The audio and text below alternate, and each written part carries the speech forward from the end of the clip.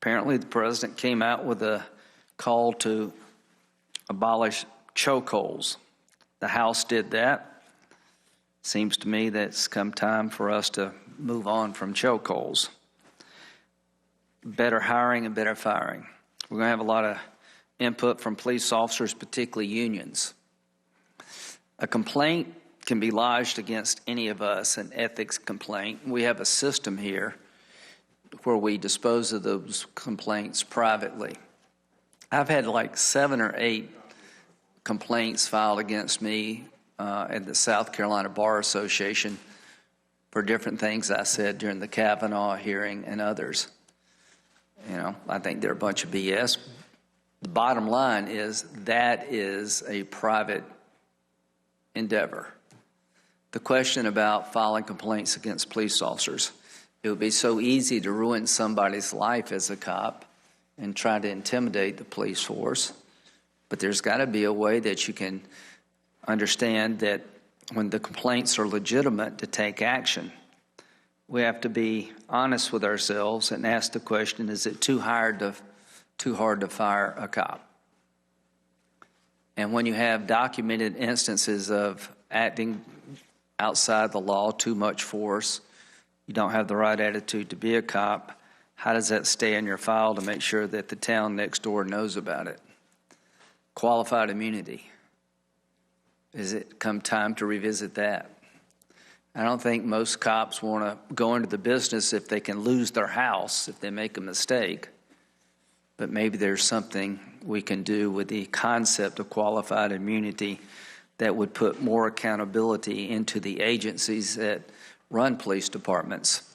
The one thing I can tell you that if you're subject to being sued, you act differently than if you're not.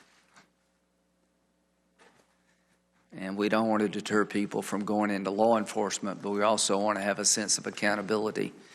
And to the extent that qualified immunity fosters a sense of, it's really not my problem, let's take a look at it. More accountability, more information, a national registry about how many people actually die in police custody, a national registry about the instances of using lethal force while in custody.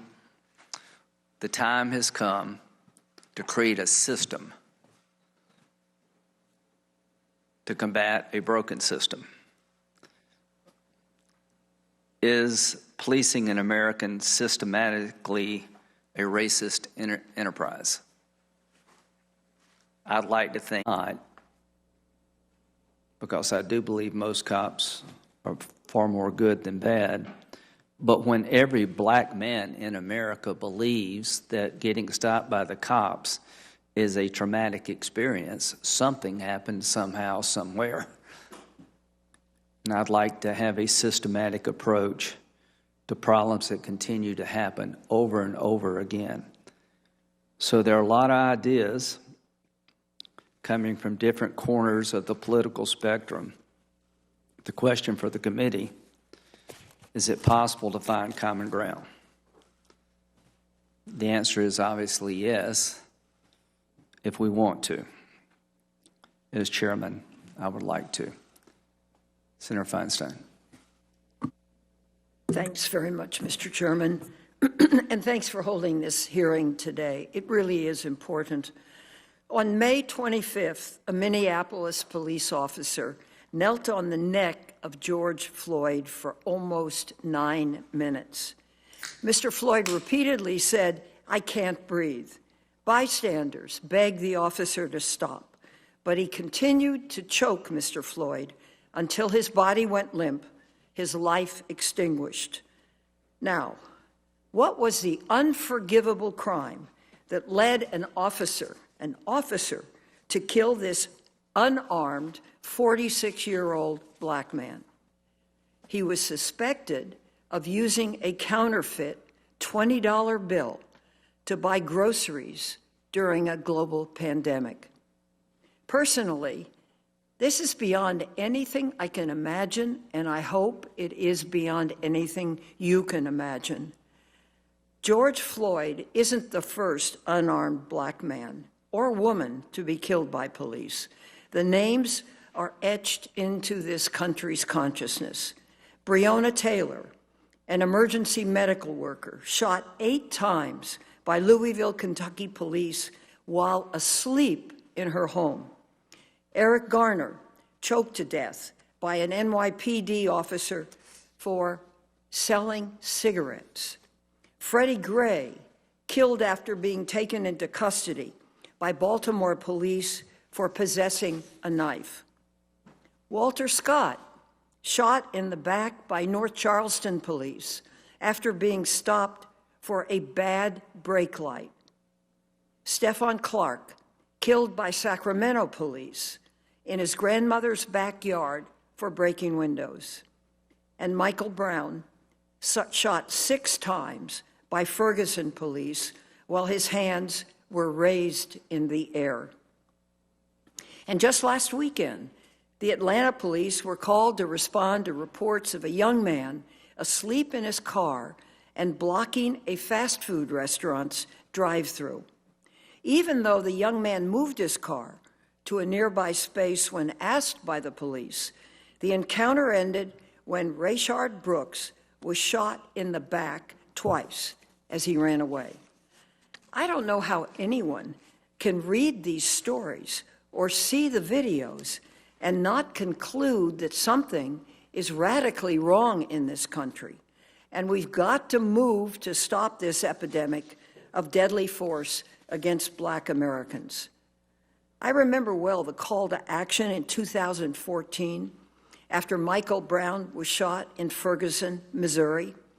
President Obama convened a task force on 21st century policing.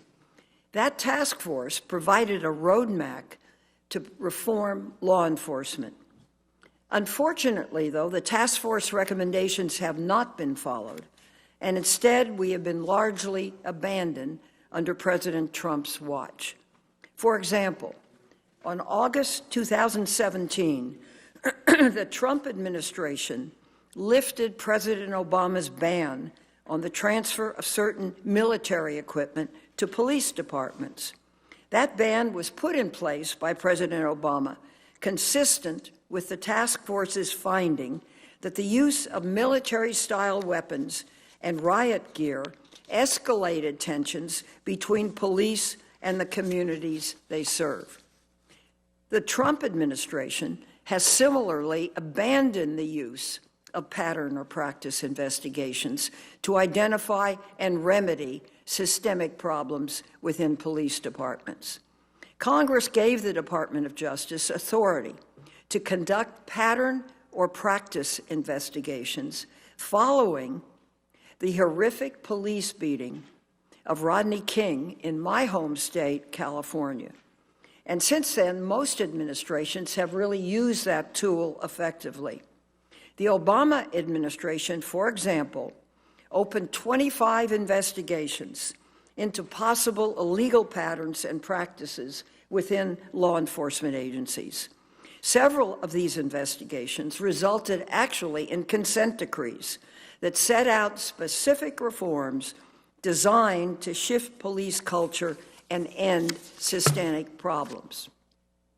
Now, by contrast, according to public reporting, the Trump administration has opened just one narrow pattern and practice investigation that focuses on a single unit of the Springfield Police Department in Massachusetts. Remarkably, in the wake of George Floyd's death, Attorney General Barr has refused to open a pattern and practice investigation into the Minneapolis Police Department. How can that be? Anyone who has seen the video of George Floyd's last 9 minutes of life has seen that none of the officers at the scene objected or intervened to help a man who was pleading for his life. And I think the video shows the truth in that. So enough is enough. Last week, Senator Booker and Harris introduced the Justice in Police Act. That's a bill that would implement many of the recommendations of the task force on 21st century policing, and it would require real accountability for police use of force. I want to commend them and thank them. And Mr. Chairman, I hope this committee will take that bill seriously. We can hold hearings, we can process it, and perhaps we can make some progress. This isn't a simple bill. It's quite comprehensive. It addresses tough issues, and it makes notable changes. Let me just list a couple. It bans the use of chokeholds or carotid holds by law enforcement officers. It prohibits the use of racial profiling by police officers.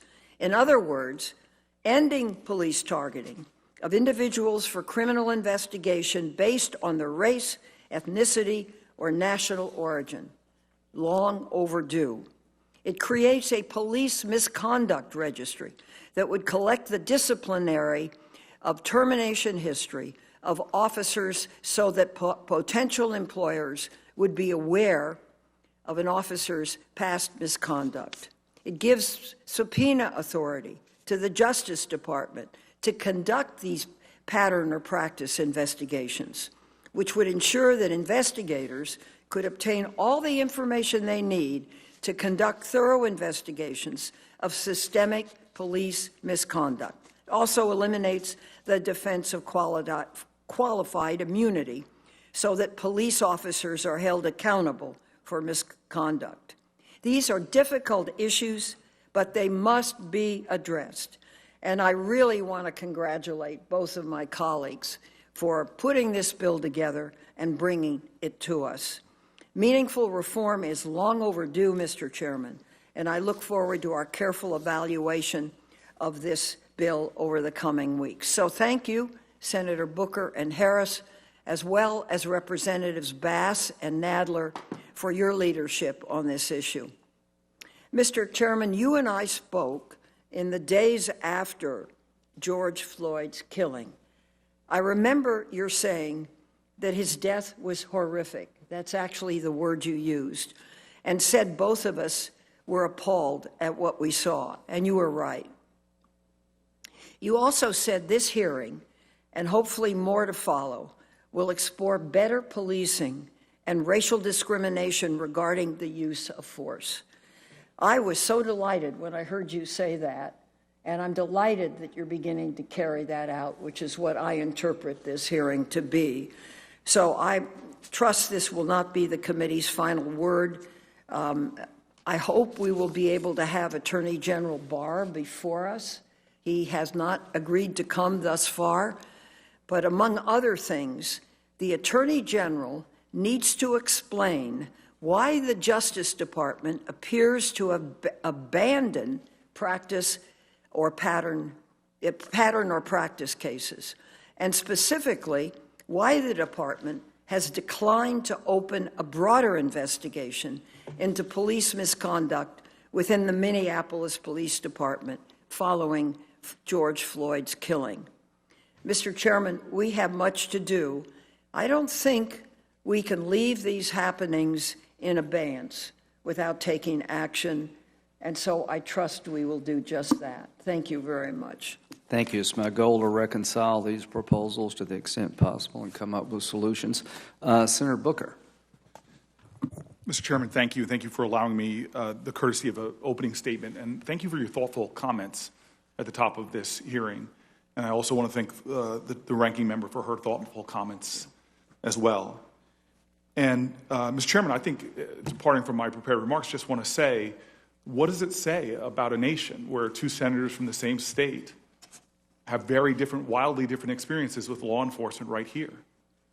In these last few weeks, I've had conversations with black folks who work for the Senate, people on both sides of the aisle, who all have their shares of stories, of traumatizing experiences, of feeling like they were one sudden move or one mistaken moment for experiencing violence. And the challenge is that this has been nothing new. I think if we took the time to listen to each other, we would see that we have a culture where so many parents have to teach their children to be afraid in order to be secure.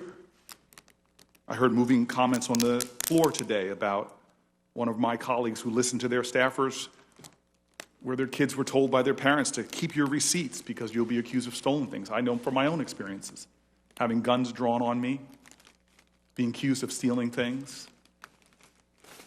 The challenge is that this often is unfair, it is unacceptable, it is wrong, but when it explodes like we see it, where people capture on videotape the kind of violence that you were, traumatizing violence that you were going to show. I'm really grateful for Senator Harris, who's been my partner over the last few weeks. And she and I did, as was said by the ranking member, work together with congressional Black Caucus leaders and ultimately Chairman Nadler to put together a bill called the Justice in Policing Act. We put it together, obviously, in the wake of George Floyd. We put it in the wake of not just black men, a black woman sleeping in her home, and the deaths that have brought to attention much of this in our national discourse, and indeed have brought in all 50 states literally thousands of protests of people of all backgrounds. I mean all backgrounds, not just race, religion, Republicans and Democrats, who've been calling for an end, a meaningful reform. And yet, even in the days since Kamala and I put together our work with other members of this Senate, as well as people in the House, we continue to see things caught in videotape. As was said before, Rayshard Brooks shot in the back. So we need to be very clear. What we're talking about is a nation that has two different justice systems, two different experiences with law enforcement that go all the way up to this body. If you stop and talk to the black people who work here, who have very personal stories, including Senator Tim Scott's eloquent exposition on the Senate floor, the unmitigated killing of unarmed black people in America by law enforcement, not to mention the disparate treatment, is something that we must do something about. We have a choice right now.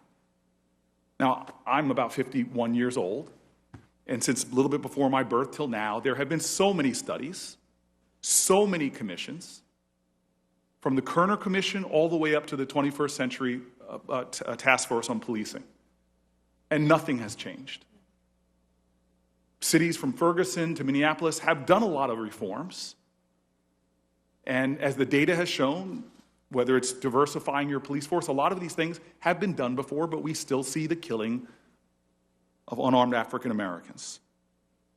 And so we really have a choice to make, and every day that we don't do something puts more and more of our fellow citizens in danger, not just of death, but of the kind of treatment we would never want our own family to face. We have a choice before us. And so this idea that there is a Republican bill and a Democratic bill, we need to look beyond that for a second and simply understand that the things that are in the bill that Senator Harris and I worked on actually have wild popularity amongst Republicans. You hear Republican leaders, from George Bush, his first address to Congress, said we should stop racially profiling Americans. That's not something radical. It's this idea that we're equal under the law. From chokeholds to no-knock warrants, things that would have saved lives, we have failed to do in this country by making them the law of the land, setting standards for practices in policing that reflect our common values. Republicans and Democrats overwhelmingly support these kind of practices being banned in our country that are in our bill. They would save lives. Breonna Taylor would be alive today. Eric Garner could be alive today. But it's not just setting a standard. Accountability is having ways of measuring progress to those standards.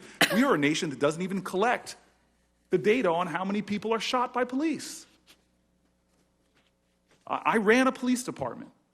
I learned the hard way. Without data, there can be no accountability. Without measures. I played football. It's not, the standard is you got to be fast to be a wide receiver. If you have no way of measuring that, what good is the standard? Activists, local leaders, the federal government, we all should have transparency into policing. Without that, no accountability. And finally, you said it yourself. Took note of what you said, Mr. Chairman, that unless there are real consequences when you fail to meet standards, where there's lawsuits, or federal action, criminal court. There are two aspects of this bill. Changing a standard in the criminal courts, it's almost difficult, if not impossible, to meet the willfulness standard. That's common sense. And God, qualified immunity, I could start listing, and for sake of time I won't, all the conservative organizations from the Cato Institute, from the remarks of Clarence Thomas, that support getting rid of qualified immunity. And so I worry in this moment, I really do, that we're going to repeat history, that this is the movie Groundhog Day. Because here we are again, in a nightmare, not a comedy.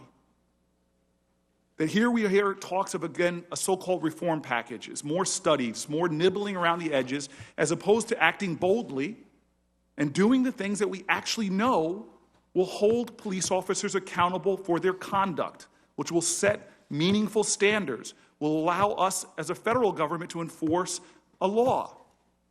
This is not an overstatement or an over-dramatization to say that the stakes right now are high. Will we meet this moment in history and actually do something real, or will we find ourselves back here again a year from now, 3 years from now, with mass protests in the streets by people of all different backgrounds demanding change?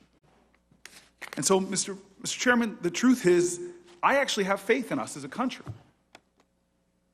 I don't have faith we're going to get there on time, and justice delayed is justice denied. I, though, believe that there's going to be a time in America when we ban inhuman practices like chokeholds and religious profiling and no-knock entries. I believe there'll be a time in America where we don't treat mental health issues with police in prison. I believe there's going to be a time in America where a black woman is safe to sleep in her own bed, or a young man reaching for his cell phone won't get shot dead. I believe there will be a time in America when black parents, like mine, don't have to fear for the safety of their child who just got their driver's license. I believe there will be a time in America when we understand that public safety is not about simply the number of police on our streets, but about the number of people who no longer live in poverty or are safe to drink their water or don't have to deal with addiction in prison but can get treatment. There will be a time, I know, in this country, but if the arc of the moral universe is long and bends towards justice, we have to have the courage now to be the arc benders. The question is not, will we get there? The question is the time now. How many more people have to die in our streets to get us there? How many more people have to suffer the indignities that even our own colleagues have talked about in the United States Senate? I believe the time should be now for us to make bold change, or we will be back here again. These changes will happen, but they should not happen someday. This should be the day. This should be the time so that we can ensure that this nightmare ends in America. Thank you, Mr. Chairman. Mr. Chairman, could I have 1 minute, please? Yes, you can. Yes. I want to point out how my state of Iowa is not waiting around for Congress to act. In an 8-day session since the death of Mr. Floyd, Governor Reynolds signed a bill that was unanimously passed by both houses. And why I'm somewhat familiar with this is because my grandson's Speaker of the Iowa House, but it brings additional accountability to Iowa's law enforcement officers by creating stronger restrictions on the use of chokeholds by law enforcement officers, improving law enforcement decertification process to ensure that those who've been fired or resigned after serious misconduct do not work in our state, strengthen the authority of the Iowa Attorney General to prosecute officers whose actions result in death of another, and establishing an annual anti-bias and de-escalation training requirements for officers. I yield. Thank you. Senator Harris. Thank you, Mr. Chairman and Ranking Member Feinstein, for holding this hearing and for the sincerity with which you have approached the subject. And I thank all of our colleagues for what I do believe to be a meaningful discussion with a real commitment to do the work of this committee, which is to do the work of supporting the concepts of justice in America, which include equal under the law, meaning all people will be treated equally by our laws, and we will enforce our laws equally. So I want to thank the entire committee. I want to thank Senator Booker for the courage that you always have to speak truth and your willingness to tell the personal stories. And it takes a lot of courage to do that.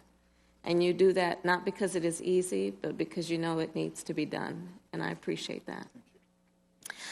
Mr. Chairman, people from every age, gender, race, and religion have been coming together for weeks to protest injustice against black people in America. We have a duty as United States senators to be fully aware of our country's history of systemic racism and a responsibility to take serious action toward achieving America's founding ideal of equal justice under law. When we say that America has a history of systemic racism, we mean that from slavery, Jim Crow laws, lynchings, and policing, our institutions have done violence to black Americans.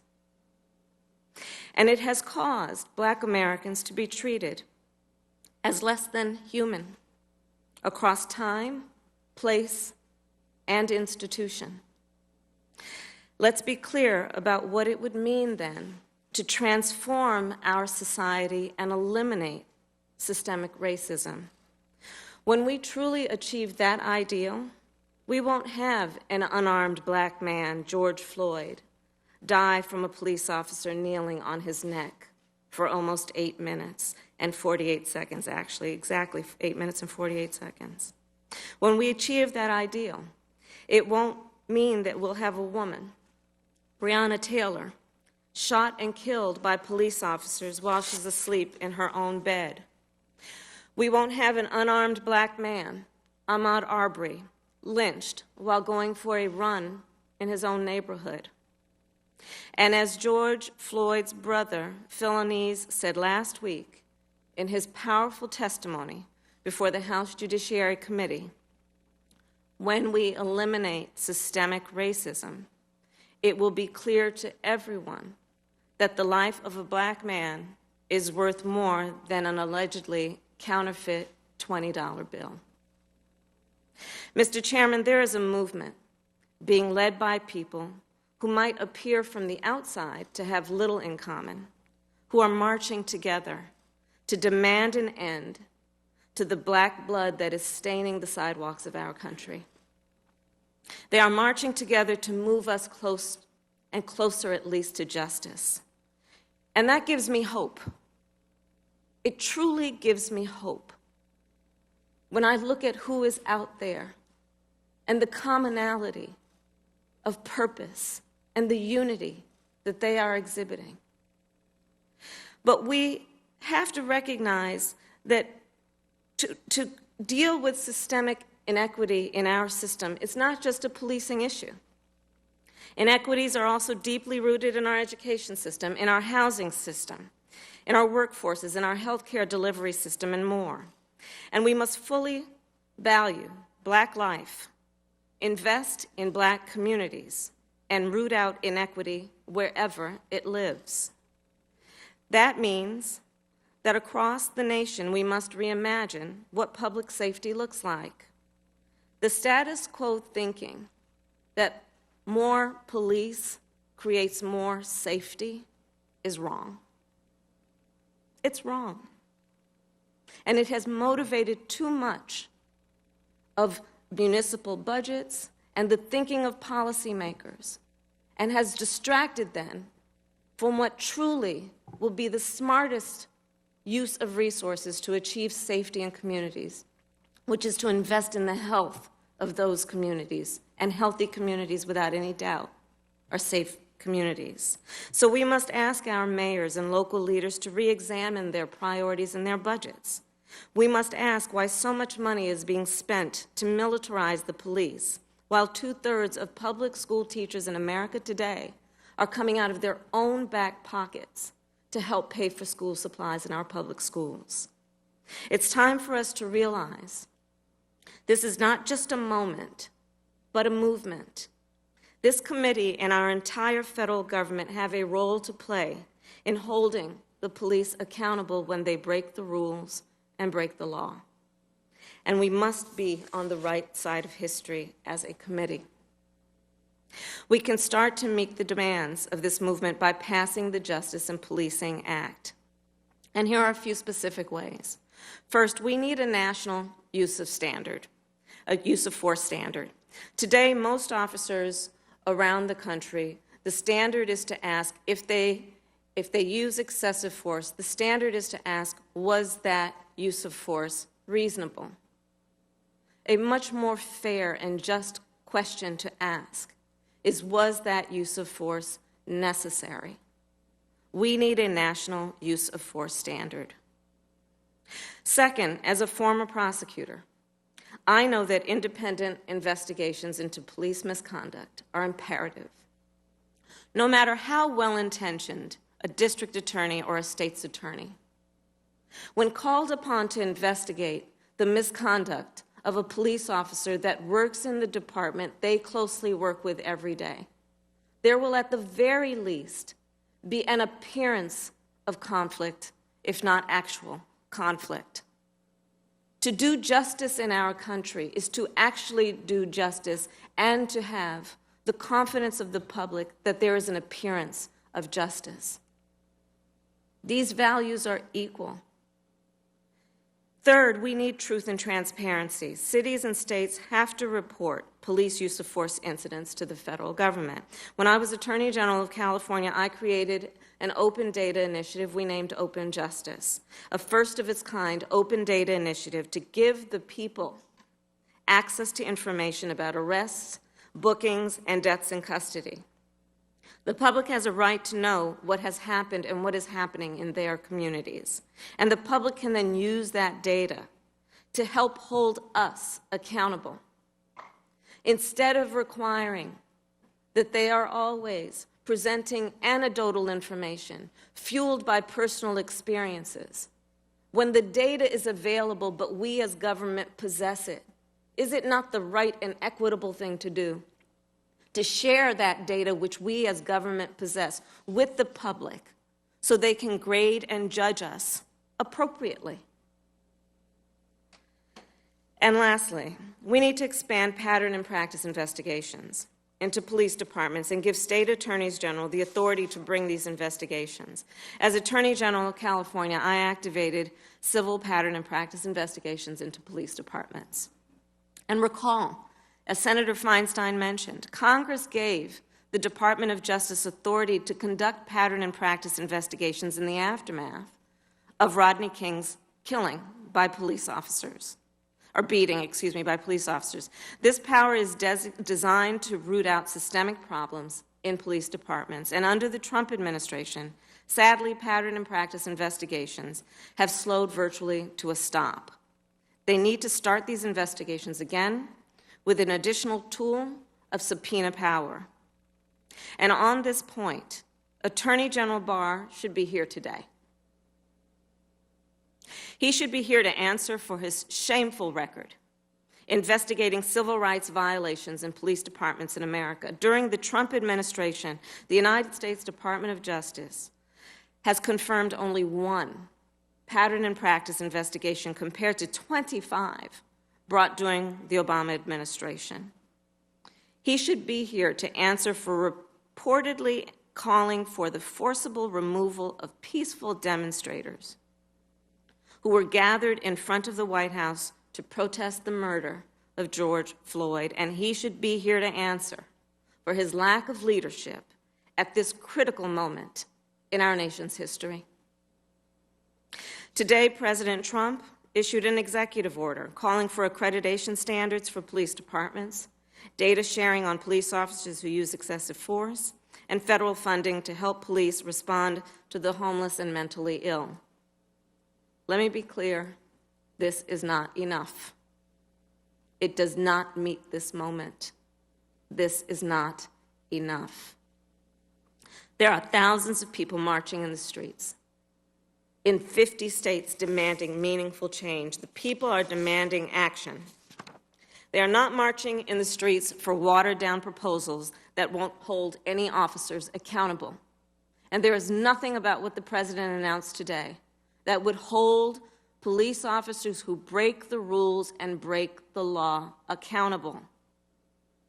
The only way to meaningfully access police brutality is through comprehensive reforms, including reforms to hold bad officers accountable for misconduct.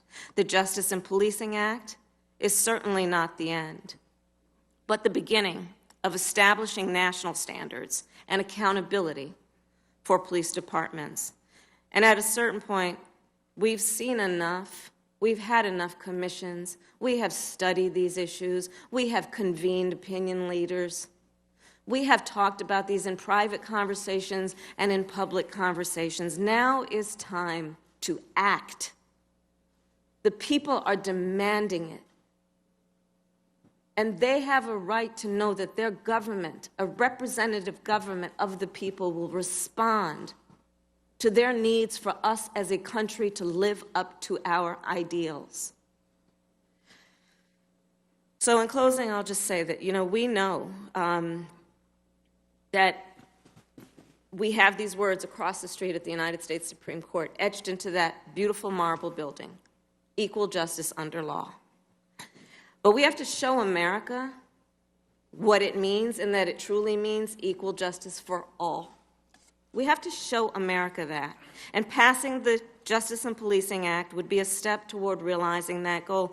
Because, colleagues, please understand, tonight and every night, there are black parents in America and grandparents who will be on their knees praying that their sons and daughters will be safe. Every night in America. We have to take this on, embracing what no doubt are difficult and uncomfortable situations and uncomfortable facts and an uncomfortable history about our country. But we must take this on, understanding this is a righteous demand that we fix this system and that we act. I thank you, my colleagues. Thank you. Thank you both. Our first panel is Dr. Philip Goff, Franklin A. Thomas Professor in Policing Equity. He'll be by video. Professor Doug Logan, President and Professor of Urban Ministry. The Honorable Melvin Carter, who I'll let Senator Klobuchar introduce in a minute, is on video. Mr. Lee Merritt, attorney of the Merritt Law Firm from Philadelphia. And Ms. Vanta Gupta, President and CEO of the Leadership Conference on Civil and Human Rights. Senator Klobuchar, would you like to say anything about? I would. Thank you very much, Mr. Chairman. Thank you, Senator Feinstein, for this hearing. Thank you to my friends, Senator Booker, Senator Harris, for leading this important bill. Before I get to introducing the mayor, I want to note that this murder happened in my state. And George Floyd should be alive today, but he isn't. His life evaporated before our eyes, before the eyes of the world. Our nation has been left in pain. My state has been left in pain, grieving, marching, and demanding justice. This is not a time to just talk about it. If we are silent, we are complicit. If we stand there and demand dominance and wave Bibles, we're no better than monsters. But if we act and we actually do something and get this bill passed, well, then we're lawmakers. And that will be the legacy of George Floyd. So Melvin Carter is the mayor, the first African mayor, American mayor of St. Paul, Minnesota. He represents the best of our state, and like so many black leaders across the country, he has rose to this occasion. He is a fourth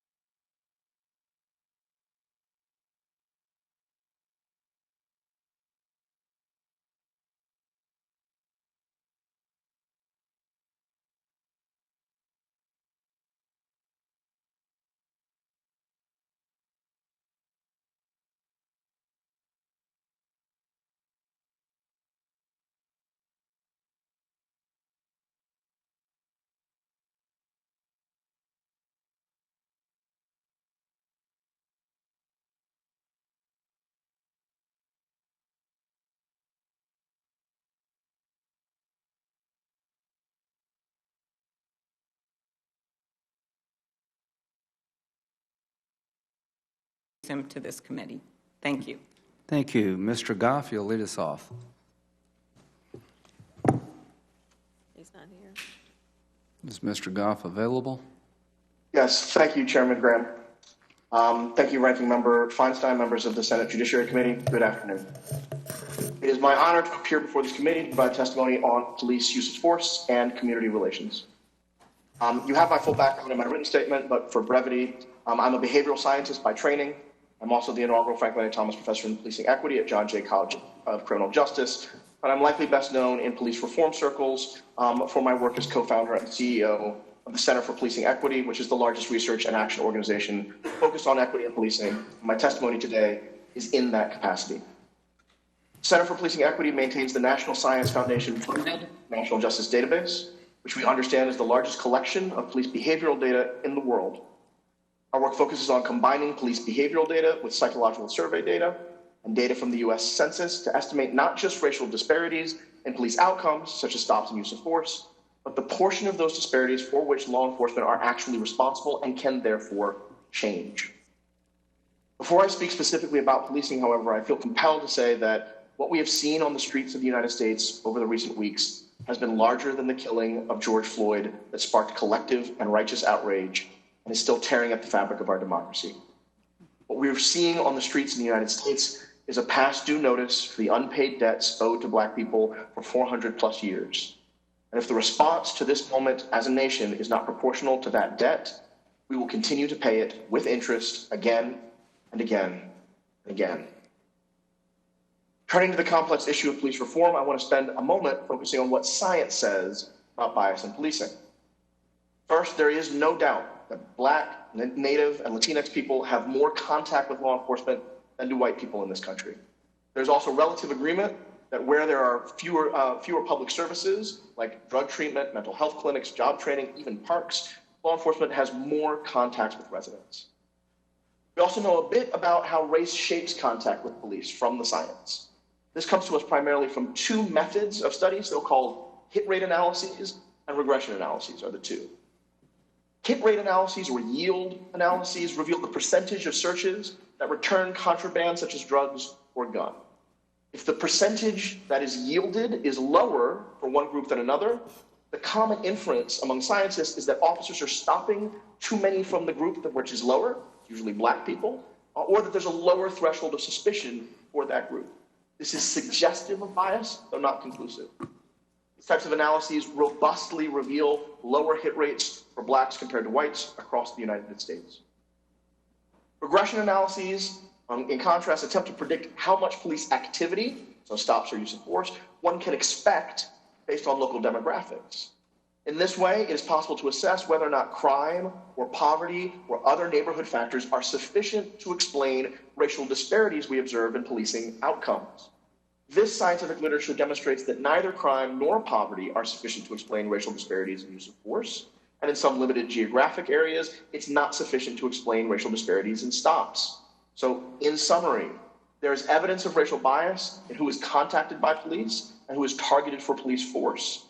However, it is also the case that clearly not all of the disparities we see are from police policy or behavior alone.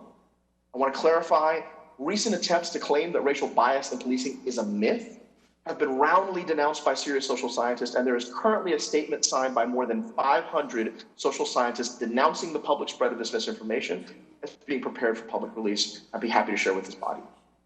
So given this understanding of bias in policing, what are we to do? The most recent public debate is between institutional reform and defunding the police. And while there is no quantitative research literature on abolishing policing, there are reasons to believe that many within Black communities are not fully aligned with this vision. Historical and polling research reveal that Black communities do not favor eliminating law enforcement. They mostly want less biased and deadly law enforcement. Though it's important to note that given the degree to which public opinion is evolving on that issue, this too may change and quickly. But still, to the degree that a path forward involves using police budgets to invest in Black communities, that process must be led by evidence. Evidence about what programs work, both in policing and in communities, and evidence about where cities can safely receive a higher return on their investment in community empowerment. As I mentioned at last week's House Judiciary hearing, the Center for Policing Equity supports the Leadership Conference Comprehensive Framework, and we will work with members of this body and others to ensure that its proposals are ultimately enacted into law. Importantly, this framework enjoys more broad support than civil rights advocates and legislators alone. Many of our partners in law enforcement, chiefs who are experts in public safety, have steadily increased their support for the 8 major pillars of this framework, with many chiefs now in full support of all 8 pillars. While we hope that number will continue to grow, I'd like to mention briefly 2 of those pillars, which most law enforcement have supported since the very beginning of this conversation. We need to wrap it up. Okay. Go ahead, very quickly. I'll just say that the ban on chokeholds is not just air blocks, but blood blocks. The registry also involves broad support. And at a time when the nation is so divided, I hope that members of this body will take an opportunity to actually deliver something to the American people. Thank you very much for the time. Thank you, sir, very much. Professor Logan.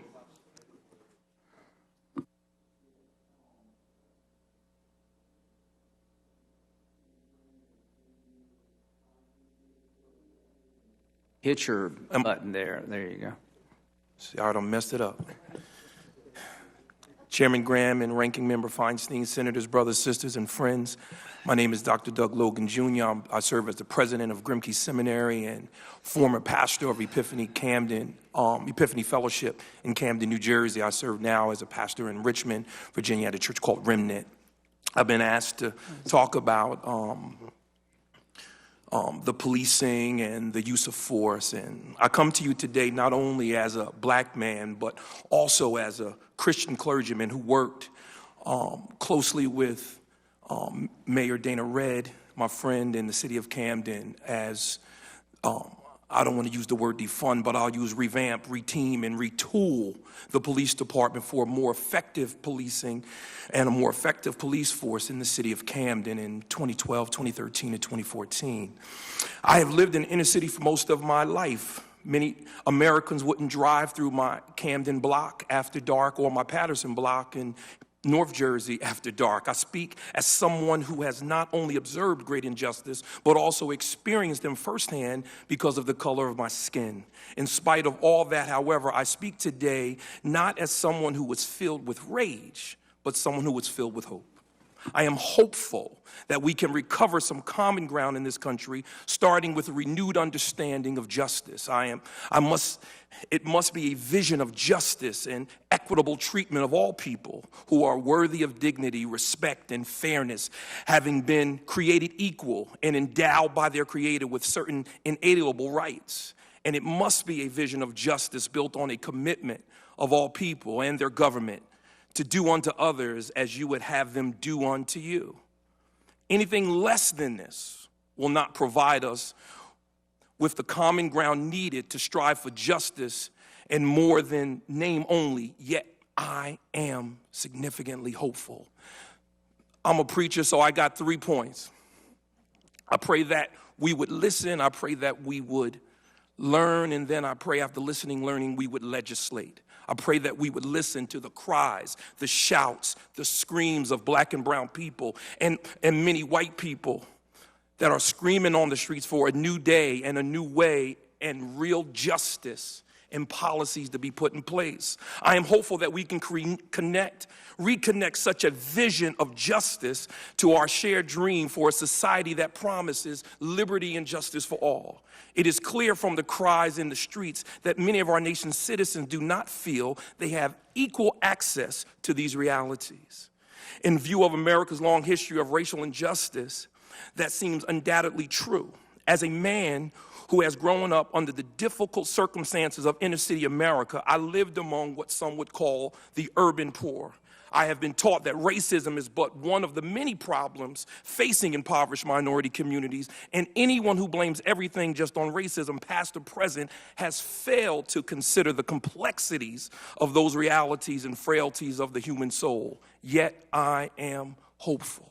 I am hopeful that we can restore the proper view of the police in our society and those who have been entrusted by and thus will be held accountable to God, the government, and the people. Theirs is entrusted stewardship, which comes with responsibility and greater accountability since they are permitted to use force to secure order and to keep the peace, yet without molesting or denying justice in the process. The police force is a necessary public servant to uphold justice in the midst of societal injustices and should be an agent upholding the good for all people.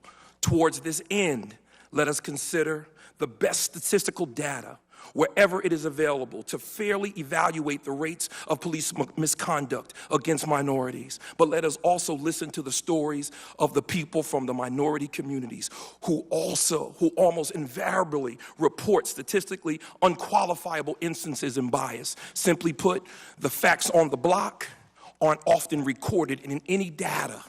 The cries of grandma, grandpa, and my friends and my cousins that we talk about in the barbershop often don't make it to statistical data we can do.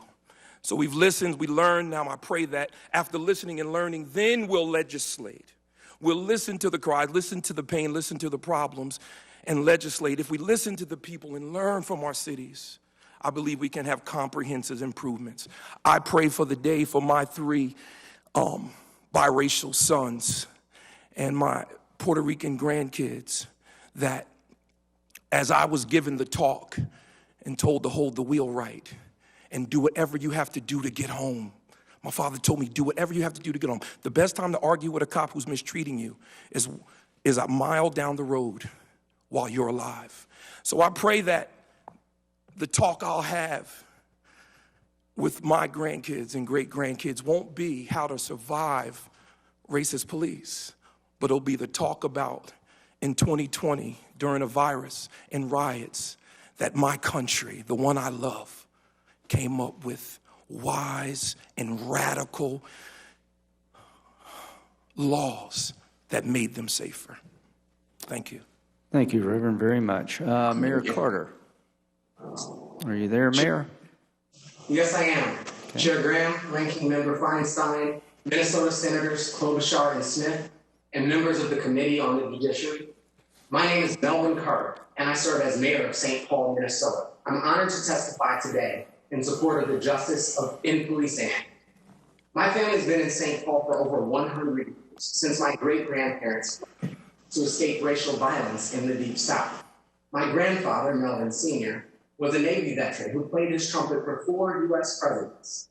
Working on the railroad, he was denied even the right to his own identity, as all black men were called George, to spare white passengers the hassle of learning their names. George Floyd's murder is so personal because every black teacher, electrician, and mayor knows that we are all George, and no amount of money or accomplishments can change that fact. My father, Melvin Jr., served 28 years as a St. Paul officer and sergeant after a court order integrated our department. Because of that integration order, my friends and I grew up surrounded by superhero officers from our own neighborhood who knew us by name, were invested in our future, and who solved problems in ways that no one else could.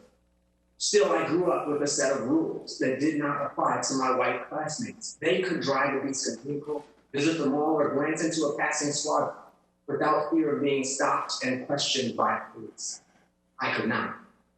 Research shows that people who trust law enforcement will treat them fairly, are more likely to cooperate with officers, arrest, and step forward as a witness. Any of us distrust police, all of us are less safe.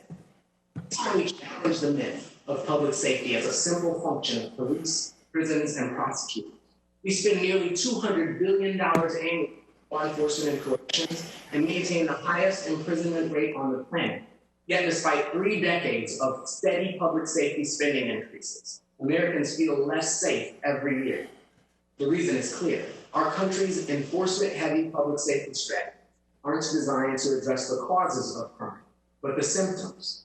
We deserve more than a swift response after a crime is committed. We deserve investment to reduce the number of times we have to call police in the first place. And we deserve to know that our officers will protect and serve all of us. We've spent the last few years walking this talk in St. Paul. We've rewritten policies governing use of force in police dogs and terminated 5 officers who willfully failed to stop an assault in progress. We embedded social workers to respond with officers to individual crisis, employed restorative justice circles for nonviolent offenders, and focused capital investments to drive safety goals.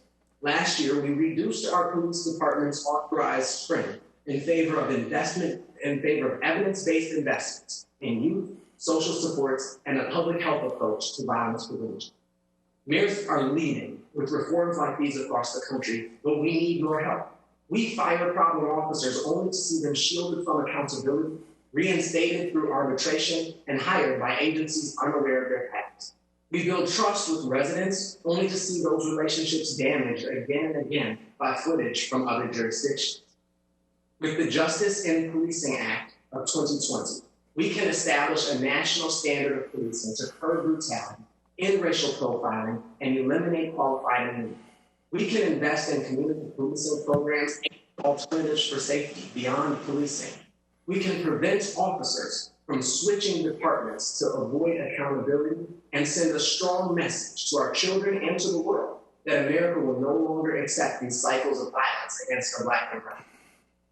I know you will be pressured by powerful friends who will paint these reforms as hostile to police, but our work to restore confidence is a lifeline for officers who serve in good faith. When someone argues that these measures go too far, and they will, remember Officer Chauvin knelt on George Floyd's neck for 8 minutes and 46 seconds. That's longer than my allotted time to make this statement. To prevent that from happening to another we care about, no response will qualify as too much. Just as we grew up wanting to know where our parents stood in critical moments like Pearl Harbor and Freedom Summer, our children and grandchildren will call us to account for our actions now. Simply measuring the problems and offering incentives will not suffice. This moment demands decisive action. Like Emmett Till, Eric Garner, Sandra Bland, Philando Castile, Ahmaud, Breonna Taylor, Rayshard Brooks, and too many others, George Floyd commands the attention of the world because of the unacceptable conditions under which he died. The anger and unrest across our country will grow until we address the unacceptable conditions like homelessness, hunger, and police abuse, under which far too many Americans still live. Thank you very much. Thank you, Mayor. Mr. Merritt. Yeah. Senator Graham, other members of this honorable committee, we live in the deadliest police culture and most incarceration-prone police culture in the modern world. Our criminal justice and legal system is as ravenous as it is racist. Our law enforcement community racks up thousands of civilian deaths each year. Tens of thousands more are brutalized, injured, and maimed. Millions more are arrested and jailed, making the United States the single most incarcerated nation in the entire history of the world. This is an American crisis, a genocide. This is not hyperbole, but rather a reality that demands a national response, and I want to thank this committee for taking immediate, swift, and responsive action. I come before you today as a civil rights attorney, a practitioner.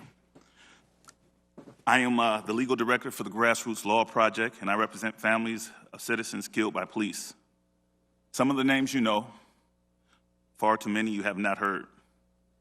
I represent the family of Ahmaud Arbery, who was murdered by a former police officer, Gregory McMichael, his son, Travis McMichael, and their neighbor, William Bryan. While I'm here to provide testimony about justice in policing, and Ahmaud Arbery was not killed in an officer-involved shooting, it was failures in policing that directly contributed to his death and the delay of justice to his family. Neighbors initially sought help for the black jogger that frequented their neighborhood that they considered suspicious from Officer Ronald Rash of the Glenn County Police Department. He encouraged them to pursue a course of vigilantism. He was aware for months that these men were actively hunting a black suspect to whom they intended to do harm. Once the deed was done, it was law enforcement that lied to Wanda Cooper Jones, Ahmaud's mother, telling her that her son had been killed in the course of a robbery by the homeowner. Local DAs Jackie Johnson and George Barnhill participated in the cover-up of his shooting. The Glenn County Police Chief, where this crime occurred, was subsequently arrested on completely separate criminal corruption allegations, along with a handful of his top officials. Ahmaud's story is not just tragic and unjust, it lays bare the need for a reimagining of police in America and their mission in our society. I run a practice dedicated exclusively to responding to police murders. I'm one of many attorneys that has this crisis at the root of their firm as this nation churns out enough bodies and human rights violations to keep us all occupied for a very long time. I continue to stand for the family of George Floyd. Derek Chauvin and other officers of the Minneapolis Police Department held him down for 8 minutes and 46 seconds under the unbearable weight of oppression. He could not breathe, and as the nation looked on in horror, we could not breathe. Minnesota Attorney General Keith Ellis and Minnesota's top law enforcement official preemptively declared that this would be a case difficult to prosecute. As hard as that is to accept, given the evidence we have now seen with our own eyes, it is consistent with the American experience. Because of existing laws that basically give carte blanche to law enforcement to kill at will with the utterance of these five words, I feared for my life. Hard-fought, rare prosecutions and difficult convictions have characterized the experiences of families like Botham Jean. He was killed in his apartment complex eating a bowl of ice cream. His killer, Amber Geiger, said that she was instructed, that she was trained, that if you can't see the suspect's hands, shoot him. Tatiana Jefferson, also gunned down in her own home after leaving the door open to catch a cool breeze of relief from the heat of the night in Fort Worth, Texas. Fort Worth police officer Aaron Dean crept around the back curtilage of her home, saw her standing in the window and shot her through the bedroom as she played video games with her nephew. The beautiful families that I've traveled with represent a cross-section of America. Disproportionately black, undeniably strong, relentlessly committed to the cause of justice and policing. They include the father of a young woman named Maggie Brooks. Her father is a fire chief in Arlington, Texas.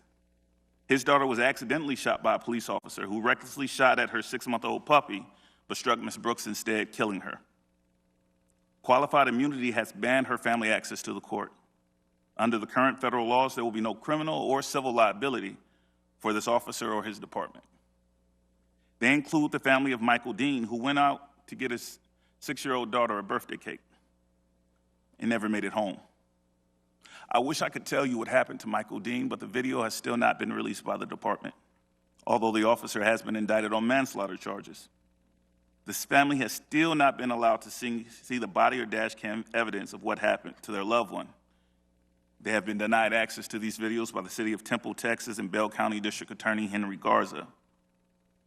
Cameron Lamb of Kansas City, Missouri, was unarmed and shot in his place of business and his home. The chief of police in Kansas City, Missouri, has broken with the local district attorney and refused to submit a probable cause affidavit in the case, making prosecution very difficult. Jamel Roberson was a hero from Chicago. He was working as a security guard at a nightclub when the nation was hobbling from one mass shooting to another. A gunman entered his club and began shooting indiscriminately at patrons. Jamel sprang into action, disarming him, and he waited for police to arrive. When responding officer Ian Covey arrived and when told that the suspect was being held around the corner, he quickly went to the scene and shot Jamel Roberson in his back 3 times, killing him. There has been no accountability in that case. Antoine Rose was a 17-year-old, unarmed, when he ran from a traffic stop. If you could wrap it up, please. Thank you. Go ahead. I'm sorry, looking at the clock, it says I have one. I'm sorry, am I over? All right. Yeah. Yes, sir. That's all right. Just take your time. Wrap it up. Yes, sir. Antoine Rose was 17 when he ran from a traffic stop. The officer who killed him had just been sworn in the department that day after transferring from another jurisdiction under concerns of racism and brutality. The question we must ask, we must be the generation to answer is, what are we going to do about all of this? Will future generations look back at this moment with pride that we confronted our greatest evils with real courage, or will they be disappointed because we had a moment to make change possible and failed? Right now, that answer still hangs in the balance. Thank you for your time. Thank you, Mr. Merritt. Ms. Gupta. Chairman Graham, Ranking Member Feinstein, members of the committee, thank you so much for the opportunity to testify today on the need for transformative policing policies that promote accountability and respect the dignity of all people. And Senators Booker and Harris, thank you so much for your leadership and for the Justice in Policing Act. While the recent murders of Rayshard Brooks, Breonna Taylor, and George Floyd at the hands of police officers have once again put the issue of police brutality in the national spotlight. The outpouring of pain and anger is anything but a reaction to isolated incidents or the misconduct of a few bad apples. Instead, the outcry is a response to the long history of violence with impunity toward Black people in our nation. And as law enforcement leaders themselves have acknowledged, from early slave patrols to the modern-day criminalization of people of color, policing has involved the enforcement of unjust laws and helped maintain structural racism in too many communities in this country. We are now at a turning point, and there really is no return to normal. We have to create a new way forward, one that truly transforms policing and leads to more accountability for communities. It is imperative that we get this right, and that Congress's response in this moment appropriately reflects and acknowledges the important work of Black Lives Matter and the movement for Black lives that has brought us to where we are today. My tenure as head of the Justice Department Civil Rights Division began just 2 months after 18-year-old Michael Brown was killed in Ferguson, Missouri, by a police officer. And the Justice Department was hardly perfect, but we understood our mandate, which was to promote accountability and constitutional policing in order to build community trust. During the Obama administration, we opened 25 patterns of practice investigations to help realize greater structural and community-centered change, often at the request of police chiefs and mayors from around the country. And after making findings, we negotiated consent decrees with extensive stakeholder engagement to overhaul unlawful policing practices and develop sustainable mechanisms for accountability. Police departments around the country studied these consent decrees. They studied President Obama's 21st Century Policing Task Force report to advance best practices. That is not the Justice Department that we have today. Under both Attorneys General Jeff Sessions and Bill Barr, the department has abdicated its responsibility and abandoned the use of tools like pattern of practice investigations and consent decrees. The disruption of crucial work of the Civil Rights Division and throughout the Department of Justice to bring forth accountability and transparency in policing is deeply concerning. In the absence of federal leadership, the Leadership Conference Education Fund launched the New Era of Public Safety Initiative with a comprehensive guide to support local communities on police reform and building community police trust. While a lot of these changes have to happen at the state and local level, success is going to require leadership, support, and commitment of the federal government, including Congress. On June 1st, the Leadership Conference and more than 450 civil rights organizations sent a letter to Congress offering critical recommendations to move us forward on the path to true accountability. They included creating a national standard on the use of force, prohibiting racial profiling and requiring robust data collection, banning the use of chokeholds and other maneuvers that cut off blood and oxygen, ending the militarization of policing, prohibiting the use of no-knock warrants, especially in drug cases, strengthening federal accountability systems and increasing the Justice Department's authority to prosecute officers under the color of law, creating a national police misconduct registry, and ending qualified immunity. These comprehensive measures are reflected in the Justice and Policing Act. They are necessary for police accountability. Proposals for data collection, commissions, body cameras, these are insufficient responses to meet the moment that we find ourselves in, and more people will die. Where we have seen these kinds of nibbling at the edges policies implemented, we continue to grapple with police officers killing African Americans with impunity. Police accountability and the framework that our coalition outlined must be the cornerstone of any meaningful first steps towards transformation.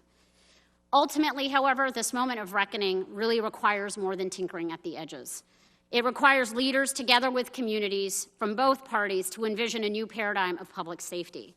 That means not just changing policing practices and culture, but ultimately shrinking the footprint of the criminal legal system, including police in Black and brown people's lives. And it means shifting our approach to public safety away from exclusive investments in criminalization and policing toward investments in economic opportunity, health, education, and other public benefits.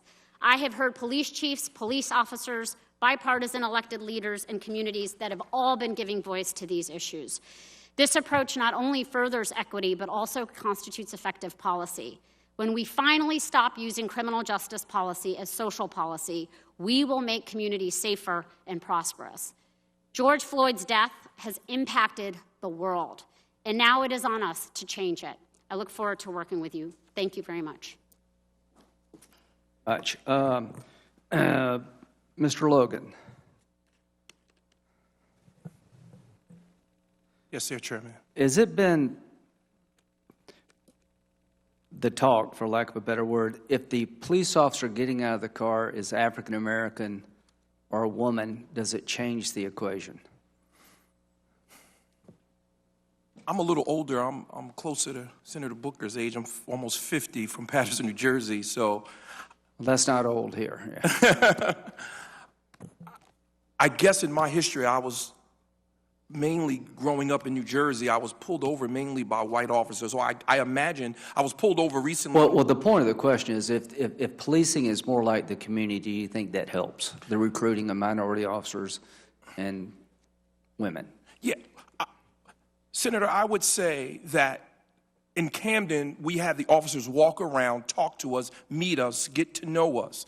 And it was a very diverse police force as we shifted to the county. And that meant a whole lot. Do you think that means as much as hiring minority officers? Yes, that's what I'm saying. So Yeah, those minority officers were vital. It's how you do it as much as who you are. Amen. Okay. Amen. All Because right. you could have a... I got you. I got you. Yeah. I know you're a preacher. I got to move on. I don't want to... All right. So, Mayor Carter, are you with us? Yes, I am. Okay. Do you have the same problems in St. Paul they have in Minneapolis Mr. Chair, I would with say... policing? Yeah. Mr. Chair, I would say to narrow this issue down to one department or a few bad apples, as we recently heard some folks on the national level, I think would be to misunderstand. Well, I mean, you're literally side by side. And my question, Mayor, is what have you done in St. Paul they haven't done in Minneapolis? I wouldn't try to speak to Minneapolis. What I'd say is we have been intentional to your last question about hiring our diverse officers. Our last class of officers was 77% diverse. We have had, I think, strong and consistent leadership in our department. That's critical. But I would also tell you, we are not done correcting this culture. It's work that our police chief is always focused on. It's work that we know that we have to do as a community together. And I think it's work that requires us to do this, to approach this as a national level, not just across our department. Okay. Ms. Gupta, during the 8 years of President Obama, was there an effort to get rid of qualified immunity for police officers? There were conversations in many corners. I'm not talking about it. conversations. Was there any legislation? There was not legislation. Was there any legislation to outlaw no-knock warrants? Not to my knowledge. Was there any legislation to create a national registry for violent acts by the police? There were efforts to create the National Registry, and all of these things were included in the 21st Century Policing. Well, I just missed a lot of that. So, you know, this is a tough time for the country, and Trump's a handful, but we're not here because of failings of one administration. We're here because of failing of society. And most of the things we want to do now could have been done 8 years ago. So let's do the things now that make sense. Yes, sir. Let's do the things now that we should have done 50 years ago. Now, I come from South Carolina. Tim and I have completely different experiences with the cops. There is no getting around that. And it is now time to have an honest conversation about why is that? How can it be that if you're a United States Senator from South Carolina and you're black, you get stopped 5 or 6 times, and you're white, you never get stopped? How can it be that people die because of a $20 bill who are in custody not threatening anybody? And here's what I worry about the most. It is hard to be a cop. Let's make sure that we don't destroy the ability to be a cop in the process of trying to fix things that need to be fixed. Qualified immunity is an intriguing idea to me. I don't want the cop to lose their house, but I do want people to have to think twice if they've got a police force about how to organize it and how to train it. Because that's when change will happen. It's when people feel the sting of bad policies. So to the extent that any of you on this side, on my Democratic colleagues, want to get there, count me in. There are a bunch of us who would like to get there. And if we get there, it'll be together. And I look forward to the discussion. And this will be the first of several hearings about what getting there looks like. Senator Feinstein. Chairman, it seems to me that the chokehold should be banned from detention use, except in certain life or death circumstances. And apparently a growing number of state and local law enforcement agencies are banning the use of chokeholds. For example, as I understand it, Los Angeles Police Department recently directed its officers not to use chokeholds that restrict blood flow to the brain, also known as carotid restraints. So I think we should deal with it in this Justice and Policing Act. And I'd like to know each of your opinions. If there were a ban, do you believe there should be any exception to this ban? For example, an exception where lethal force is being used against an officer or someone else?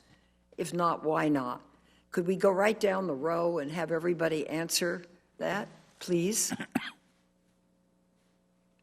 Yes, Could you turn on your mic? I'm going to figure that out today. All right. Yes, I would be absolutely for no more chokeholds. I would lean into the best brains and the best minds on when lethal force. I've been told that, once there's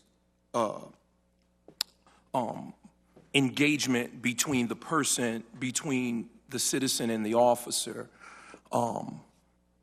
that's where we get the challenge. So I would be opposed to chokeholds, Okay. period. Could we go down the road and down the line, and could someone respond to life or death circumstances as one exception too, please? Sure. Lee Merritt, I would be obviously in favor of banning the chokehold, except for when deadly force is authorized, is in fact authorized under the law. And then it seems like that would be an appropriate time to use whatever means it takes to survive the encounter, both from a law enforcement perspective. However, I believe that of the myriad of ways that law enforcement engages in violence in this community, we should really be focusing on changing the mission in terms of whether or not these violent encounters should be taking place at all, whether law enforcement officers should be engaged in a war on drugs, per se, that leads to repeated violent encounters. Thank you. Senator, yeah, chokeholds are inherently dangerous maneuvers. They've been banned, as you noted, in jurisdictions including New York, Atlanta, Washington, D.C., and Miami. And to Senator Graham's point, I do wish the Justice and Policing Act had been proposed several years ago. These are longstanding problems, and the moment to make these fixes is now. Next question, if I may. In a simple way for a non-lawyer audience, how does qualified immunity work? Why is it a problem? And what happens if Congress eliminates the defense of qualified immunity? If I may, qualified immunity essentially says that if an officer in good faith believed that what he was doing was in line with his roles and responsibilities as a police officer, even if he reasonably believes that, even if it turns out factually to be wrong, then he is immune not only from conviction, but he's immune from suit. There's no discovery. There's no continuation of either a civil or a criminal process. So what do you believe there? What do I believe? Yes. Should that be changed? Right. So if you take the example of the case I brought up during my opening, the case of Margarita Brooks, the officer in good faith thought he was shooting at a dog. It was reckless behavior, something that he should not have been engaged in, but he thought that he was protecting himself from a 6-month-old puppy that was charging at him. And in the process, he killed a woman. Should he or his department be immune from suit? Absolutely not. He should be held accountable for his reckless behavior and the damage that it caused. Thank you. Next. Yes, I believe that that's a part of the transparency and accountability, and also prayerfully will serve as a deterrent and hold the officers at a higher accountability when there will be repercussions. If without that, then the culture comprehensively will have a feel of, I can do what I want and I can get away with it. I would like to ask the panel quickly if you could reflect on the use of a no-knock warrant and the impact that that would have on communities of color, particularly those with strained relations with the police. Well, Breonna Taylor was killed pursuant to a no-knock warrant. She was asleep in her house. There has been a lot of very high-profile tragedies as a result of no-knock warrants, overused in drug cases in particular, and their list is long, and I'd be happy to supply the committee with some of those cases, but it is time now to regulate them. Thank you. Please, sir. No, we believe that no-knock warrants should be absolutely banned. There is a preference within before the Supreme Court in favor of protecting citizens' rights in their home, the home being one of the most sacred places. The idea that a no-knock warrant, like in the case of Breonna Taylor, or the entry of the home of a Tatiana Jefferson, or the entry of the home of Botham Jean, or some of the other cases that I spoke about during my opening, to allow law enforcement to violate a citizen's rights in that way when they are still yet suspects of a crime, people who have not been convicted of a crime, we don't believe that that would be ever appropriate. Thank you. Please, sir. And I would align myself with both my colleagues and say no. Yes, no-knock warrants. It has a tone of guilty until proven innocent. And as a homeowner, as a father, as a husband, if I respond wrong, I could be dead. And Breonna Taylor is a testimony that we should ban no-knock warrants. Thank you. Senator Grassley. Thanks, Mr. Chairman. I'm sorry. I'd like to, first of all, thank you, Chairman Graham, for the hearing. The murder of George Floyd by police officers, a police officer, ignited the call for reform and measures to rectify a lingering racism that plagues our country. To Mr. Merritt here and to the Floyd family not here, please know that the grief and shock that we feel, that it will fuel action to prevent more tragic and unnecessary deaths. While the vast majority of law enforcement officers are public servants to deserve support and respect, George Floyd's murder shows we're not nearly doing enough to prevent abuse by police. I welcome tough conversation. I built a legislative and oversight career of rooting out instances where accountability is needed and where abuses must end. I led on the First Step Act to rectify shortcomings of our criminal justice system, which we know impacts disproportionately minority men and women.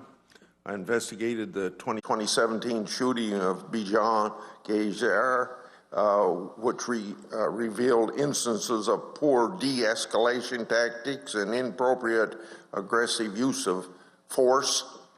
We must come together and address deadly use of force, racial biases, and police abuse, and do it now.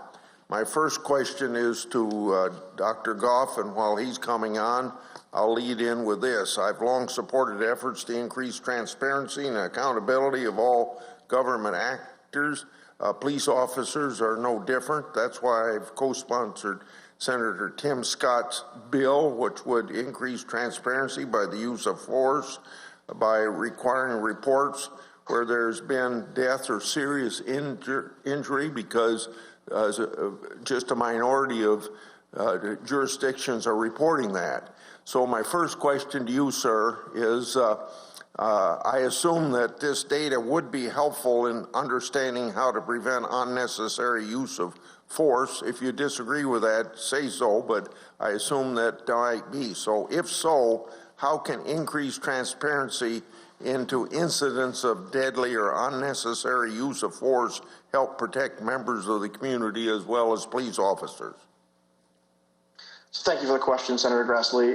Your assumption is correct. If we collected those data nationally, that could be absolutely useful to preventing those kinds of tragedies going forward. But just as important is collecting the information where deadly force could have been used, but wasn't. Because to do the right kind of analyses, what you need to know is a lot about the universe where force could be used. Those are the data that have been historically missing, and that's part of the reason why the analyses have been so inconclusive. So I would want to focus the committee's attention not just on what data are collected, but how we get the right kind of analyses, because the analyses are ultimately what's going to inform decision making. Okay, thank you. Now to Mayor Carter and also Dr. Goff. Police officers should be seen not just as enforcers of the law, but as neighbors and members of the community. However, many cops don't live in the area they patrol, so a natural divide and mistrust can form. To you two, I'll start with Mayor Carter. How can we encourage more engagement and trust between police officers and those they patrol? Senator Grassley, that's an important question, and I really appreciate it. I heard a conversation earlier about what the officers look like. I think that's a part of the conversation. But much more importantly, I think what you're getting at is officers who are integrated into the community, who know our community as well. It's not just about hiring an officer and getting to the to understanding. It's about people who are a part of the community in the first place. My father always says, if you know a community, if you know it very well, and you go to your children go to school there, you can come up with a whole lot of ways or reasons not to shoot someone.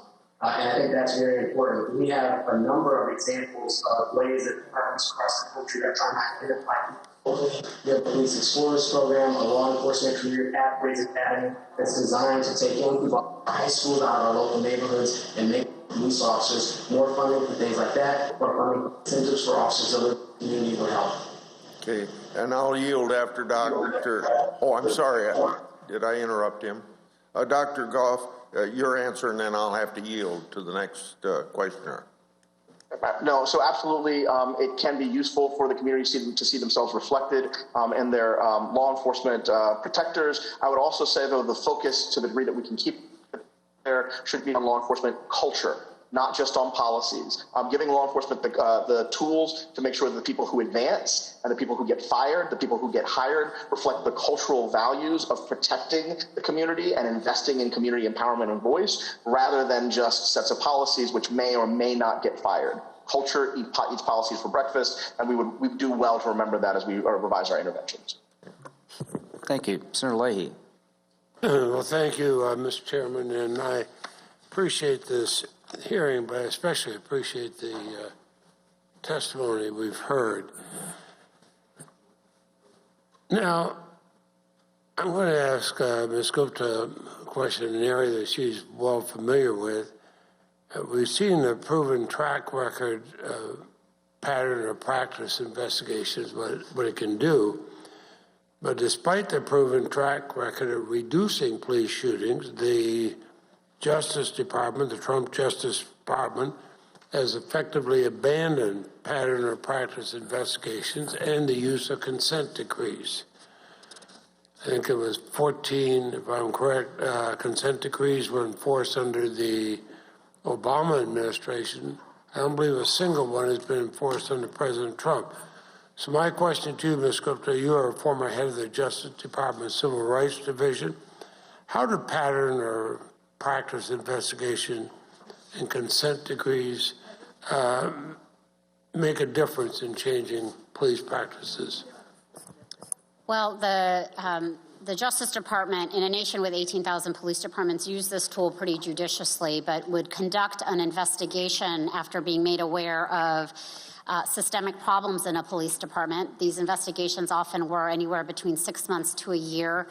Very deep investigations involving interviews with hundreds and hundreds of community residents, hundreds and hundreds of police officers, police leadership, looking at all kinds of data, doing statistical analysis and the like, looking at training, accountability, supervision.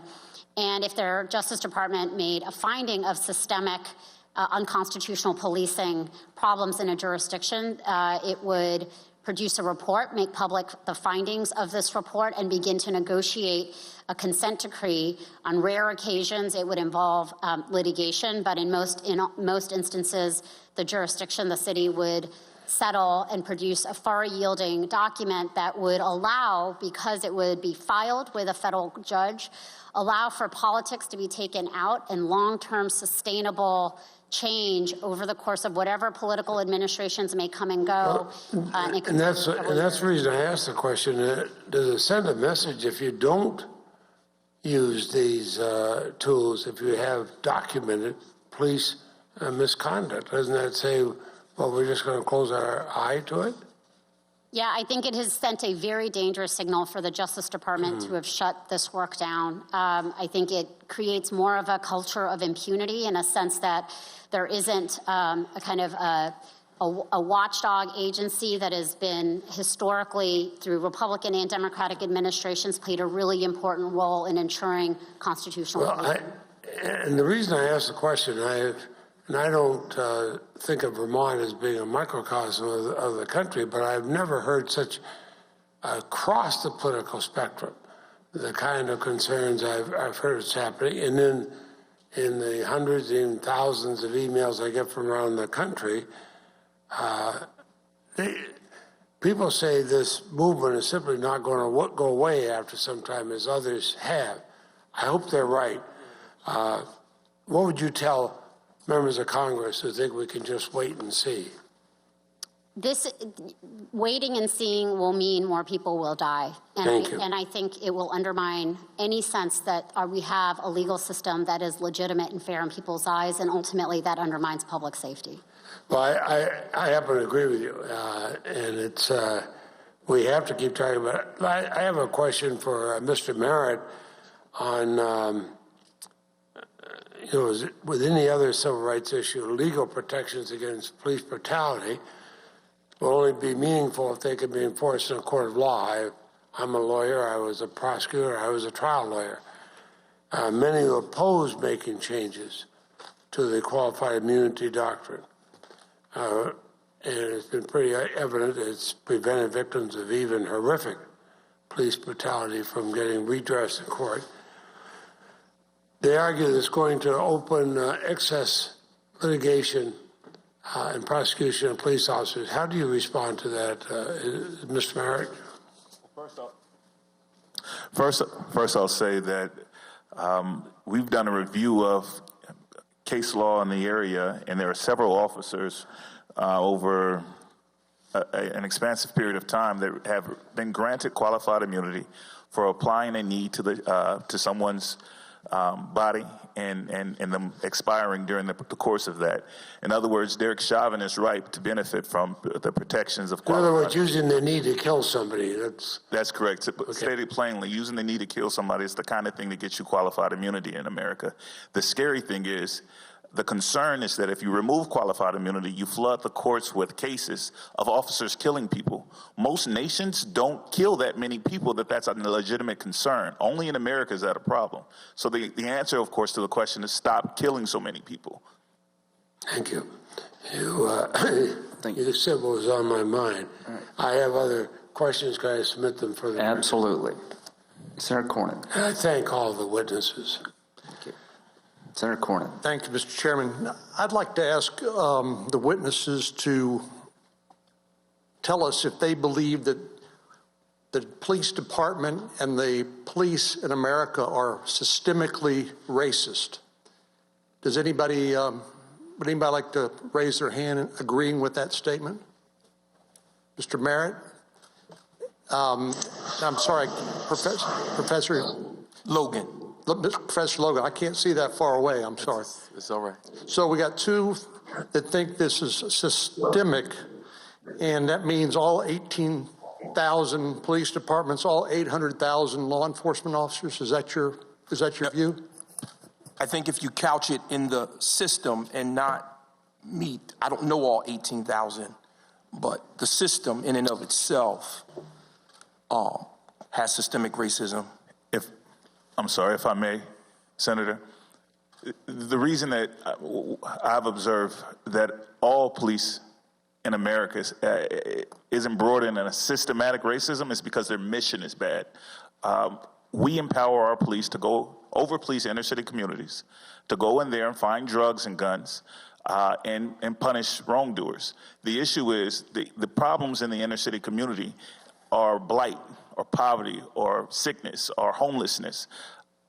Those aren't situations that are necessarily remedied by a man with a gun, but rather the appropriate social workers, for example, or healthcare workers that would remedy the problem. When we over-concentrate our communities, with black and brown communities specifically, with militarized policing, what you're going to have is disproportionate use of force and incarceration of black and brown people. Well, Mr. Merritt, to the extent that you are suggesting that we're asking our law enforcement officials to do more than just enforce the law, to be social workers, mental health providers, and the like. I think Chief Brown, formerly of the Dallas Police Department, said we ask our police to do too much, and that's probably true in my view.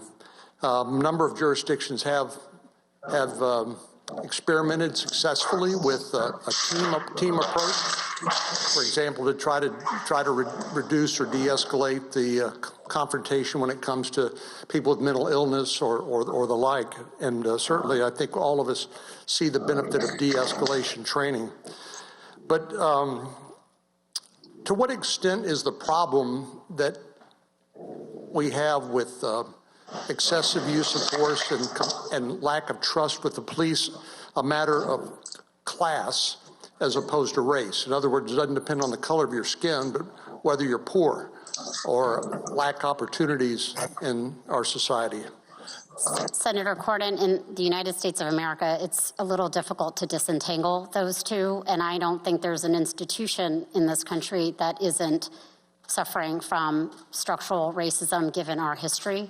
I think the goal of taking action in this moment is to recognize that there are things that Congress can do to end the killings in our streets, to provide law enforcement with greater training, support, to make national standards on things that, frankly, should have been national standards years ago.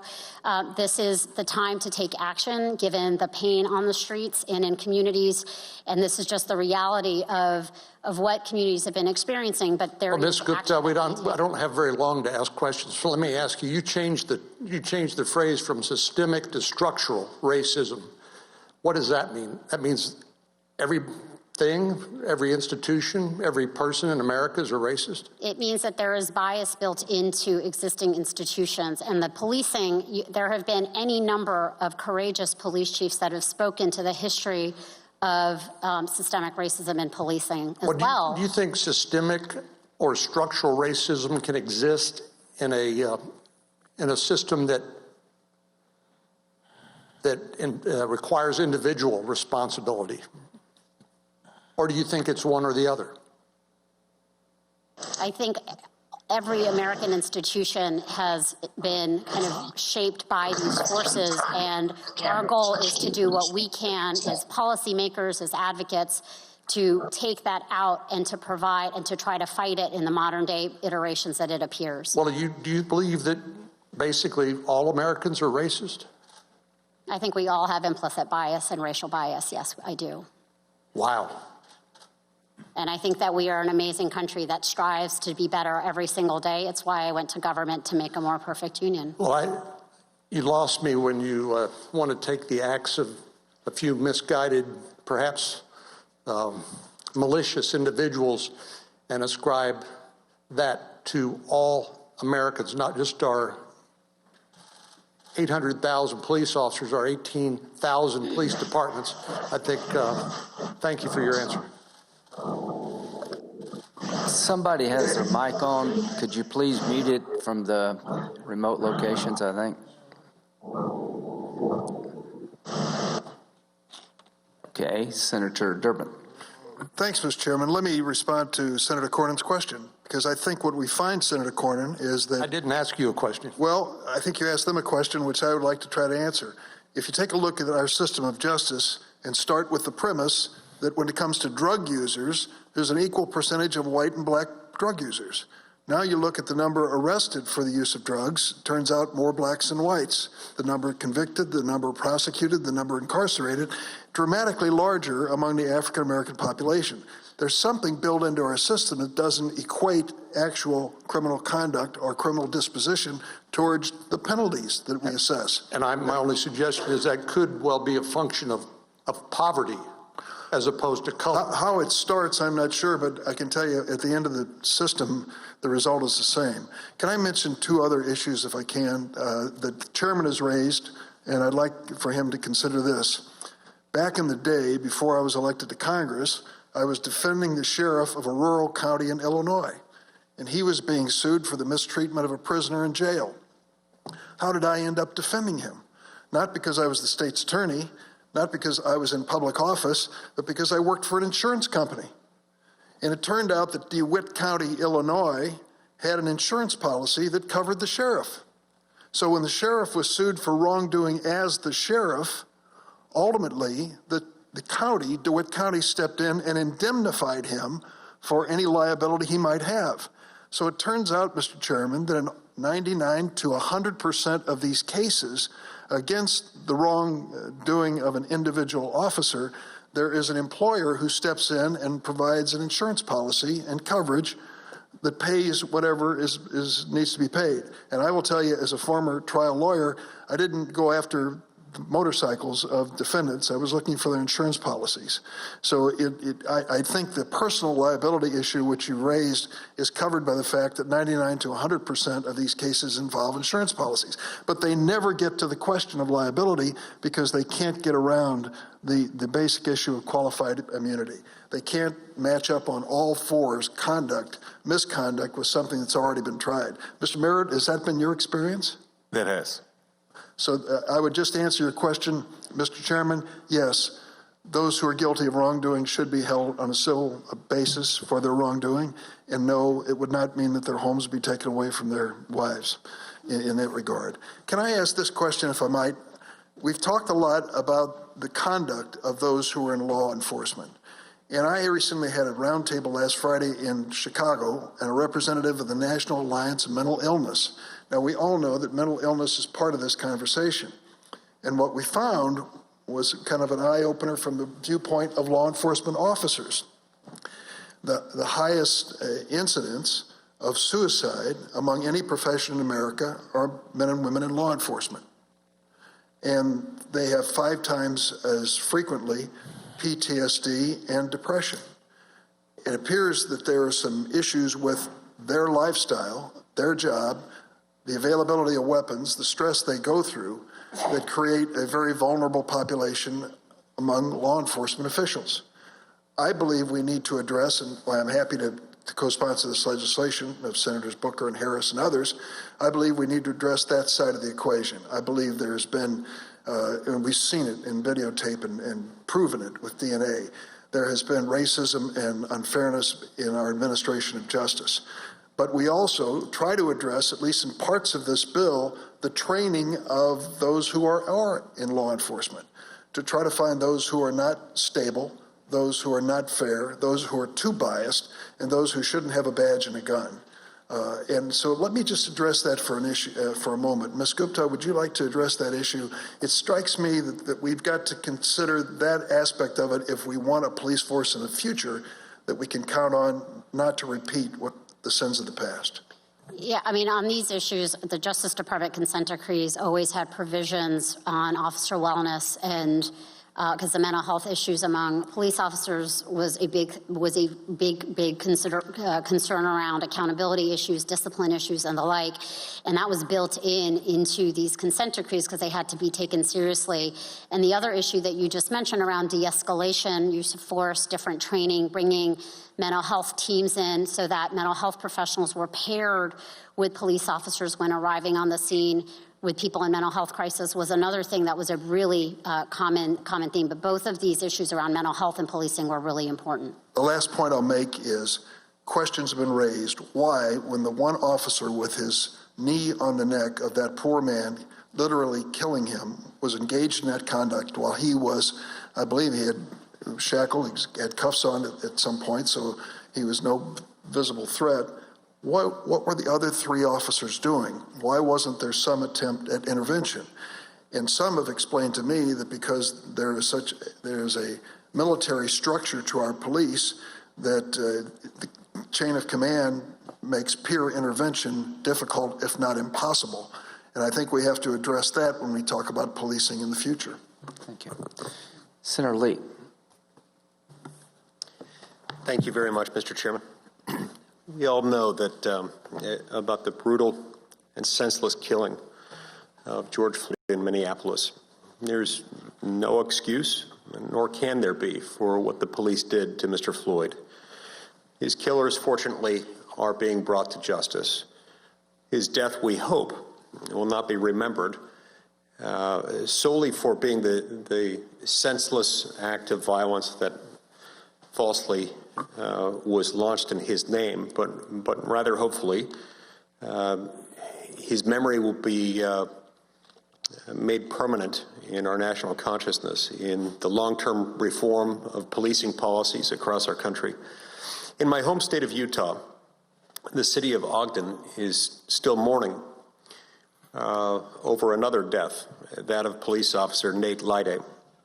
On May 28th, a woman called 911 saying that her husband was threatening her life.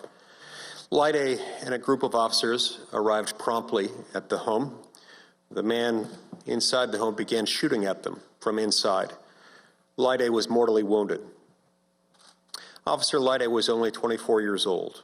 He was about to celebrate his 5th wedding anniversary to his wife, Ashley. He had been on the job as a police officer for just 15 months. By all accounts, Officer Lyday did his job honorably and completely, very much up until the moment he drew his last breath after being mortally wounded on the job. Nate Lyday was an officer who sought to uphold justice and protect the innocent, even making the ultimate sacrifice on behalf of a threatened and fearful family. Nate Lyday's loss really is our loss. It's a loss for everyone. George Floyd's loss is also our loss. It's a loss for everyone as well. And we ought to remember and revere them both. I think we can do precisely that. And the residents of Ogden, Utah are a good example of how that can happen. They came together for a peaceful protest in order to draw attention to both of these tragic deaths. This was a protest that ended and started peacefully and brought members of the Ogden community together rather than pulling them apart. So this is an important issue. It's one that we've got to continue to focus on. In 2012 in Camden, New Jersey, New Jersey had the highest, Camden, New Jersey had the highest rate of crime in the entire nation, as I understand it. In addition to rampant crime, the police department in Camden, New Jersey discovered extensive corruption among the police force, with officers routinely planting evidence on suspects, fabricating reports, and in many circumstances, committing perjury. This behavior was so pervasive that a total of 88 convictions had to be reversed as a result of it. And as a result of this fallout, the governor and the mayor decided to disband the Camden, New Jersey police force and transferred the policing of the city over to the county. Now, notably, the rebuilding of this new Metro Police Department moved forward without the involvement of a number of people who had previously been involved in it, including the police union. Officers from the disbanded Camden Police Department were invited to apply for the new police force, and over 100 of them, a little less than half, as far as we can tell, were eventually rehired. But as a result of this restructuring, response times improved. Now a person waiting for a police responder waits, I'm told, an average of 4.4 minutes, instead of the previous average, which I'm told was over 60 minutes. Violent crimes in Camden have dropped 42% in just 7 years. All of this was done without a union. And in fact, all of this was done by freeing the department from a collective bargaining agreement that, as it's been explained to me, had previously locked the city and the city's police department into an unholy alliance with some officers who had violent and, in many cases, lawless tendencies.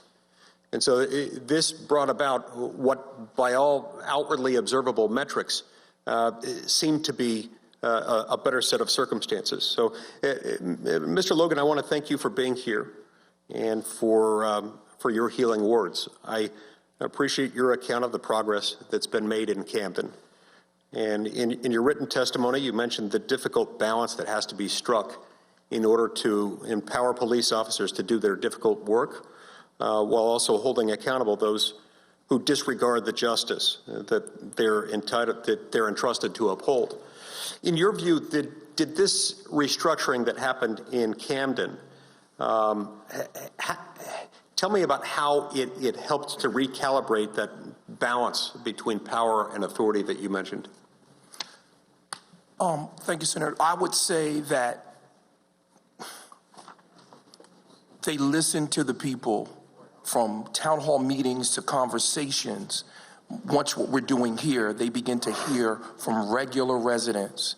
And I remember Governor Christie came to a hall near my house and had several clergymen and regular residents speak into their struggles, their challenges, their fears, and the issues of Camden in its broken state. And Mayor Red just did a great job of hearing and almost re-saying to make sure that we were heard. And from that, as the new officers, again, the community policing, as they walk the streets, as a preacher, I'm good for a block party and an impromptu cookout. I never forget, I was cooking on the corner, and one of the officers, everybody called me Pastor Diddy. So he said, Pastor Diddy, man, I'm gonna go get some more hot dogs because we're out. This officer goes and gets hot dogs and comes back, and he's electric sliding on the block. That would have never happened in Camden. That connection, that relationship now, if that officer was to pull over somebody, it changes the whole story. And so that accountability was a big, that relationship created the accountability that also was put in place, because now a big thing that happened in Camden, we didn't know half the officials. So their faces were very visible and conversations were constantly happening. And therefore, and we had the baseball cards with the police officers. All those type of things built into our connection, our relationship, which allowed for a level of trust. And in 10 seconds, I got pulled over in front of my house at a cookout, coming back with some more food.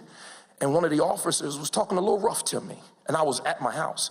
And the other officer said something to the effect of, "Oh, you the pastor, right?" I said, "Yeah." And he sort of told the guy, "Calm down, he lives right here." It was that simple. I don't know if that story would have been the same in 06, in 07. And 2012 was rough. One of that key murder that was in December was in front of my church building on Saturday night. And they still had the tape out when I showed up to church Sunday morning. And our congregation cried. I preached outside and prayed that God would change the city and he would use his church, and that we would preach Christ Jesus and things would change. And we had a good mayor who came to my church and visited a couple times, and I have family that live there now, and they are benefiting from a new police department. Senator Lee, if you don't mind me adding briefly, if the rules allow. I would be remiss not to mention this. I taught in Camden, New Jersey. It was my first job out of undergrad. I taught at Morehouse College. I will be very brief. One thing to Senator Graham's, Chairman Graham's point, was they made it a particular effort to recruit from Camden. So one of my former students, Jimmy Mercado, is now a police officer in Camden.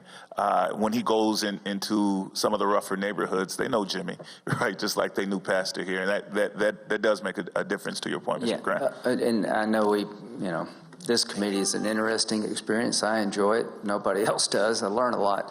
What percentage of the Camden police force was minority before the recon? I don't have those numbers. I don't have those numbers. I know after it was like 50 some odd percent. I can't say that there are neighboring communities there, and the concern was that most people came from neighboring communities there that did not reflect. So it the large really is about Hispanic being population. from the community as much as anything else, getting out and about. That's as important as the racial makeup of the police force. I believe so, Mr. Chairman. The only thing I would just want to add, Senator, is there have been studies, though, about diversity in law enforcement, and of course it matters deeply for trust, but studies actually show that diversity does not impact use of force rates and misconduct in the way that one would anticipate. So it matters. That's what I'm it's not. learning from this hearing. Senator Whitehouse. Thank you, Chairman, and thank you all for being here for this hearing. For 5 Utah minutes. Okay. I want to take a moment on Section 1983, which, as you know, is the primary vehicle for assessing liability for police misconduct. And as you also know, the primary defense against that liability, and it's even a pretrial defense, is the defense of qualified immunity, which is the subject of the Booker-Harris legislation. Now, qualified immunity, as I understand it, limits liability, narrows the window of conduct for which an officer can be held liable, and its original purpose was to protect the individual officer. At the same time that it does that, however, it has the effect of depriving the injured or wronged person of their recovery. And also, it dulls the signal back into the agency that something is wrong because they got away with it because of qualified immunity. So as we've heard today, police officers are actually almost always indemnified by their departments. And it's interesting to think of it because the only way you get by qualified immunity is if you had if a reasonable person would have known that what you did was unconstitutional. And reasonable police officer. Yeah, and that group of people who reasonably should have known that what they did was unconstitutional, they're the ones that are getting indemnified. That's right. So it's not like there's some like bad cases where we don't indemnify, and the good cases we do. Indemnification is the constant here, pretty much. And in addition to the study Senator Harris cited, there's another report that described the indemnification as occurring virtually always. So one wonders, why should the department be obliged to pay? And it seems that there are a lot of obvious reasons. One, they set the policy that the officers follow. Two, they set the procedures that the officers follow. Three, they establish the training that the officers follow. Four, they dominate the culture that the officers follow. And finally, they provide the discipline that the officers must adhere to. They are the employers in a nutshell. So I look outside of the police cases to regular employer liability, and there you find an ancient doctrine, vicarious liability, respondeat superior, in which if you're acting within the scope of your employment, your employer owns it. That's right. And UPS drivers drive really safely because UPS knows they own those wrecks, and they're going to make darn sure. A private company that is paying for security services is going to lean towards hiring bonded security professionals because they know that if they screw up, the company owns it. So the incentives are in the right place. So here is my worry, and here's what I'd like you to think about. We've got a couple of choices here. We can leave qualified immunity alone. I think that would be a terrible mistake. So that means we should strip out qualified immunity.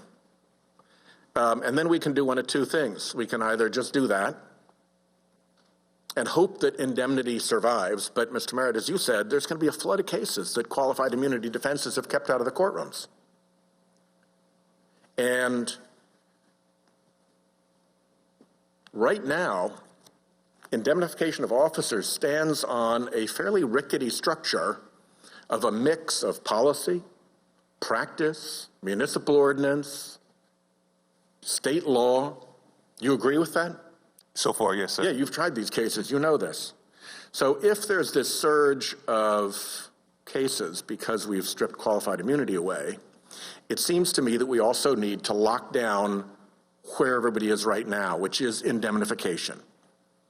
That officers are now virtually always indemnified after we've stripped away qualified immunity. They should stay indemnified.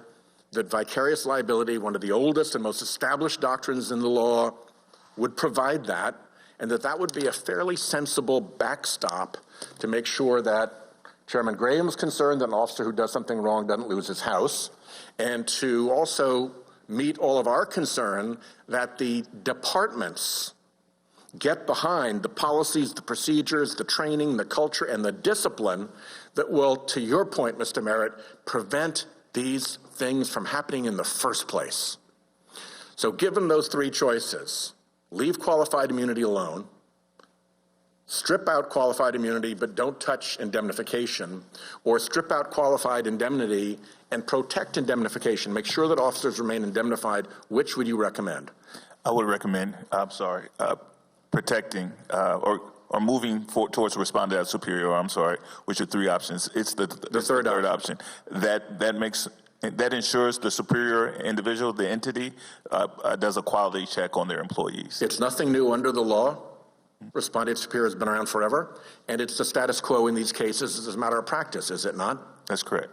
Ms. Gupta, anything to add? I've gone over 30 seconds, so keep it short. No, I agree. Okay. Thank you. I'll yield back the time I've gone over. Okay, thank you. Senator Hawley, as you can tell, 5 minutes is subjective here.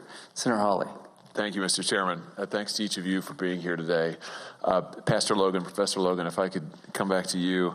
I'm just a little bit familiar with, probably not as much as I should be, but with Epiphany Fellowship, both in Philly and in Camden, and with Eric Mason, who I've had the great privilege of hearing preach many times, and with your ministry. So thank you for what you've done in those places, and thank you for your continuing ministry.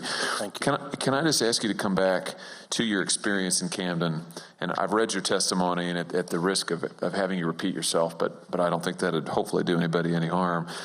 As you talk about the restructuring that you helped participate in there in Camden, and police coming to your block, you say in two or small groups of 2 or 3, and yeah, I love your line. You said our problems in Camden were not going to be solved overnight. We needed the slow cooker version. I wondered if you could just elaborate on that a little bit more for us. And you were doing it with Senator Lee, but could you just pick that back up and talk to us about what that looked like in Camden, what you saw be successful there, about building those relationships and what that meant? Yes, I would say I always talk about crockpot ministry. It takes a long time to work it through. It's not simple, especially when we're trying to change culture. In the murder of George Floyd, he was training, an officer with 17 strikes was training other officers that day, which we would have trained officers with a bad culture, which would have then blended into the culture and added to the systemic issues already. And so if we're going to change something, we have to change culture. So the crockpot reality was listening and learning and then trying to legislate. The crockpot reality, the slow cooker, taking our time, was not going to be just throw money at it. It wasn't going to be just grab 20 African Americans and 20 Latinos and call that diversity. Bootleg versions of patches, but it was going to take a collective overhaul and then a long build out.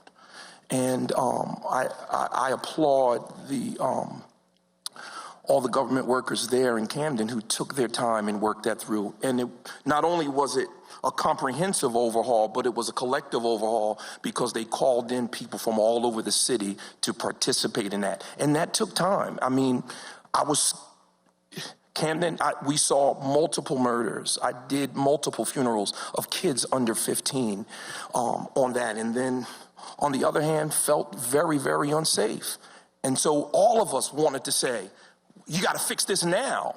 But it was a crockpot repair.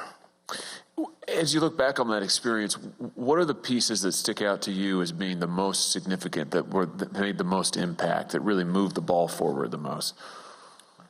I think it was the community policing where those conversations and those relationships were developed, where they were visible and active. So that community policing was a big deal. And second was hearing from the residents and from multiple groups, particularly the pastors and different ones, and Mayor Red did good to pull in as many as she could in her time. So that relational community aspect was really a beautiful element that helped greatly.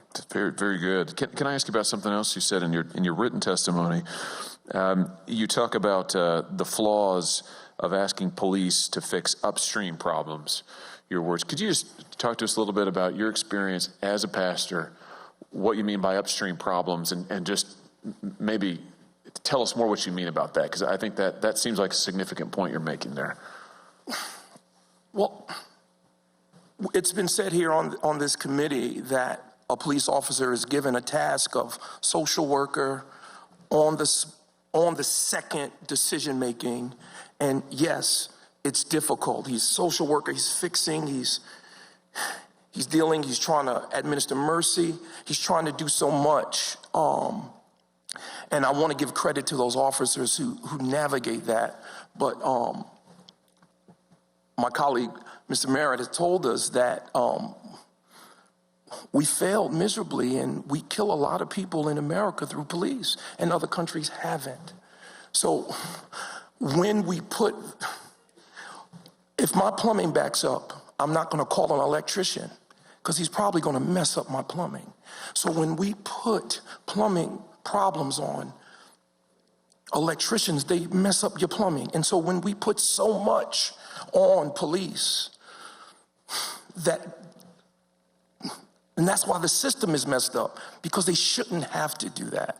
And so the upstream problem it's difficult navigating and almost unfair. That's why we talk about the brokenness of the system. Okay, last question, Mr. Chairman. Pastor, can you just give us an example? Give us an example of what you think of an upstream problem, a plumbing problem that we're calling an electrician for, just to help us get our hands around it. I'll use a negative. Mr. Brooks in Atlanta, the officers showed up to ask him to talk with him. I felt that they were applying not just justice, but mercy. He was saying, I can just walk home. And so now they're navigating a few areas. Are they supposed to do justice and lock him up? Are they supposed to do mercy and honor and say, look, I'm asleep, I can go home? And so in light of that is so much to juggle and handle.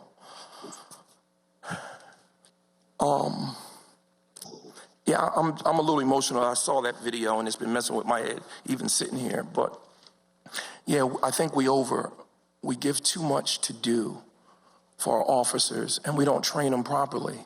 I think we need to parse this out and restructure completely, because we need comprehensive change and radical intervention. Thanks. Senator, if I may add to that question. You bet. Absolutely. What we're finding out is that no amount of law enforcement, no amount of officers, no amount of use of force can secure a community that's stuck in poverty. Officers tell us we can't be the social workers, we can't be the mental and chemical health therapists, we can't be the housing counselors and all of these other things that this community needs. They're telling us what our communities need from their perspective on the ground. And so if we can find, as I was alluding to earlier, again, $200 billion a year to pump into police and prisons, we can never find the resources to raise the minimum wage, to clear the Section 8 waiting list, and to provide those social workers and all of those other things that our officers are telling us that they need. Well, then those are some of the upstream problems that officers are constantly trying to tell us that we need to address. That's why we're putting social workers in the call to connect people to stability, to support, to solutions, instead of just creating deeper crisis when we find people who are in crisis. Yeah. Thank you, Mayor. Thank you, Mr. Chairman. Thank you. Senator Klobuchar. Thank you very much, Mr. Chairman. I think I'll lead off with that, and I appreciate Mr. Logan's words and his emotion, because I think we're all feeling that. Mayor Carter, it was hard to hear parts of your story, but just so my colleagues can hear it, you were talking about how your grandpa Melvin Sr. worked at that railroad in Minnesota, and how he was called George. In fact, all the porters were called George, so that the white passengers only had to hear one name. And then out of that, and learn one name, your dad becomes one of the first African-American police officers in the city of St. Paul. And you talked about how you thought about your dad, and I know still do, and the people around him, the officers he knew as superheroes. And I guess my question is how you talk to those police officers now, some of whom you knew growing up, about why it is so important to have this systemic change with policing, from your personal experience.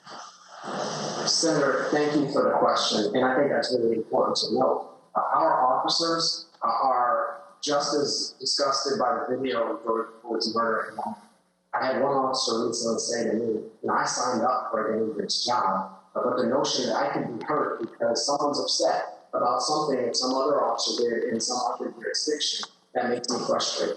And so we are connected with our officers, and they know that those instances don't serve them well. They don't want to serve next to those officers, and they're frustrated. Cannot get my children, all of our children deserve to be able to look at our officers as those superheroes in the way that I did growing up. That's one of the reasons why it's so important. As you mentioned, Senator, we constantly integrate our officers into our community. That we're working. We have established under Chief Axtell, our police chief, we've significantly grown our community engagement division in our police department. We established those initiatives that I mentioned earlier to ensure that we're providing pathways for youth who grow up in our city, who go to our public schools, to become officers and to serve the city both as officers, as paramedics, as EMTs, and as firefighters. That is critical. They're out at our communities, as you are, you've seen them, Senator. They're out at our communities. They're engaging with people on a direct basis, so that their own engagement with people isn't just there's something wrong and I'm here to arrest you. We talk to our officers all the time about that. It's a part of our training. It's a part of our mission. And our chief always asks folks as we go about the work, in the words of our chief, of putting deposits into our bank of trust before we ever have to make a withdrawal. Okay, thank you. And I'm going to ask Ms. Gupta a question, but I'll have you follow up on the record. I know Senator Graham was asking you about other police departments, or you were responding to his question about Minneapolis, and I think you were trying to make the point that this is happening all over the country, and it's not just in one department. So I want to give you a chance on the record later to answer that. But I'm going to turn my remaining time to Ms. Gupta. And I think you know, Ms. Gupta, that I led a letter with about 26 senators asking for a pattern and practice investigation from Attorney General Barr of the Minneapolis Police Department. And do you think that such a pattern and practice investigation is needed? Yes. Yes, I do. And I don't know if you're aware, but right before this hearing started, we've done 2 letters now, a group of us. I got a response, and it was from Mr. Boyd, the Assistant Attorney General. And they did not commit to doing this investigation. They said the section may initiate a civil action in the name of the United States and seek appropriate injunctive relief. We will carefully consider the evidence in this case, as well as any additional information that comes to our attention. Do you think there is enough information now out there that the whole world has seen to embark on this investigation? I think the years of systemic problems in the Minneapolis Police Department, coupled with, of course, George Floyd's most recent killing of Mr. Floyd and other police misconduct in Minneapolis by the police department would merit a pattern and practice investigation. There's a pretty abundant amount of evidence. And I also know that some of the consent decrees, when you led the Justice Department Civil Rights Division, actually required police departments to ban the use of chokeholds and other neck restraints. Is that right? That's right. So that's one of the examples of something that could come out of a consent decree that was a result of a pattern and practice investigation. Yes. And then in our state now, because we have not been able to have that Justice Department pattern and practice investigation, in addition to Attorney General's investigation, Attorney General Ellison of the case and his prosecution of the case, we now have our Minnesota Department of Human Rights stepping in to look at the department. And Senator Harris was talking about the importance of having outside investigations, which I strongly supported when I was a prosecutor. We had some issues, as you may know, with the Minneapolis police trying to take those investigations in-house. But in addition to that, states, especially now, if the Justice Department isn't doing pattern and practice, could step in to actually oversee these investigations, but as well as oversee a similar version of a pattern and practice. Could you address that? Yeah, I mean, I think both, just to get to your earlier point about chokeholds, consent decrees covered, in many instances, bans on chokeholds. They are not a substitute for national legislation on this issue, because otherwise it's just kind of jurisdiction to jurisdiction, and the Justice Department, even when functioning according to its mandate, can't meet all of that. So national legislation is required. And then on this other point, on state AGs and other independent offices being able to do these investigations, it's really important that there are prosecutors and state AG's offices that are empowered to be able to take these issues on. They are going to have more trust than local DA's offices. It's just the nature of this, given the close relationship between district attorneys' offices and police departments. And so while I want the Civil Rights Division at the U.S. Justice Department that is filled with expertise to be fully funded and resourced and be given the authority that it needs to have, it is also really important to be able to equip state attorneys general and independent offices to do this as well. Thank you very much. Senator Cruz. Thank you, Mr. Chairman. Thank you for convening this hearing. Thank you for each of the witnesses for coming. You know, this is a time when our country is torn apart, is filled with anger, is filled with rage, is filled with division. And it is my hope that through this, we can find ways to come together on shared principles. Here's one proposition I believe everyone in this hearing room agrees with. What happened to George Floyd was horrific. It was unconscionable. It was clearly a grotesque abuse of police power, and the officers that carried it out are rightly being prosecuted. To the best of my knowledge, every witness here today agrees with those statements, and every senator on this committee agrees with those statements. I think all of us, regardless of party,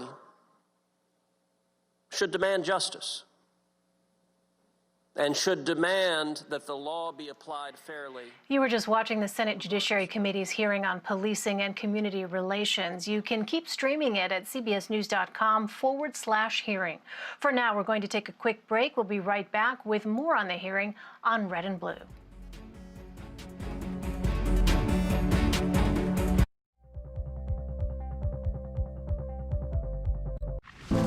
In 60 years, we went from about 100,000 factory workers to probably about 7,000. Off in the distance, you can see some factories that are still humming, but most of them are just kind of abandoned.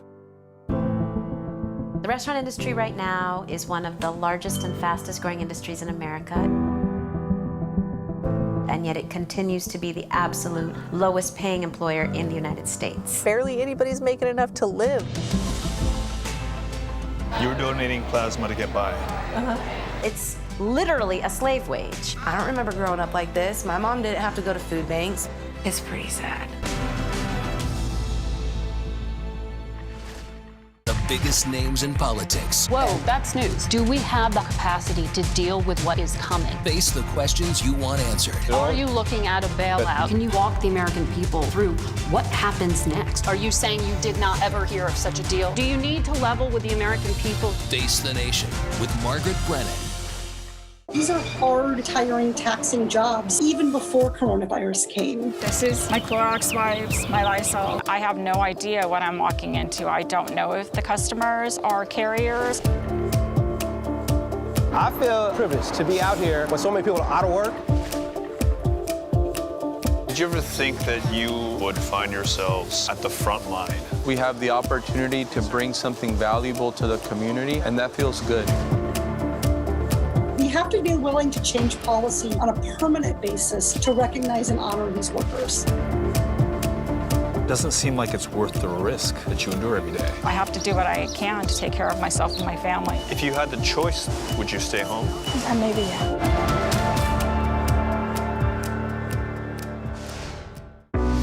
Oh my God, the truck is sinking. Devastating flooding has reached catastrophic levels. Rising sea levels are threatening America's coasts. You would have to take that house and put it on stilts 10 feet tall. If the street is filled with salt water, what difference does it make how high you make your house? The concentration of the highest rental rates is exactly where the elevation is highest. This was the evidence to prove that climate gentrification was real. Pay $1,800 in 5 days or you have to leave. Were you scared? Yes. Every single person who stood up and said, I am not paying this rent increase, received an eviction. Haitians built this place and you're getting kicked out. Yes.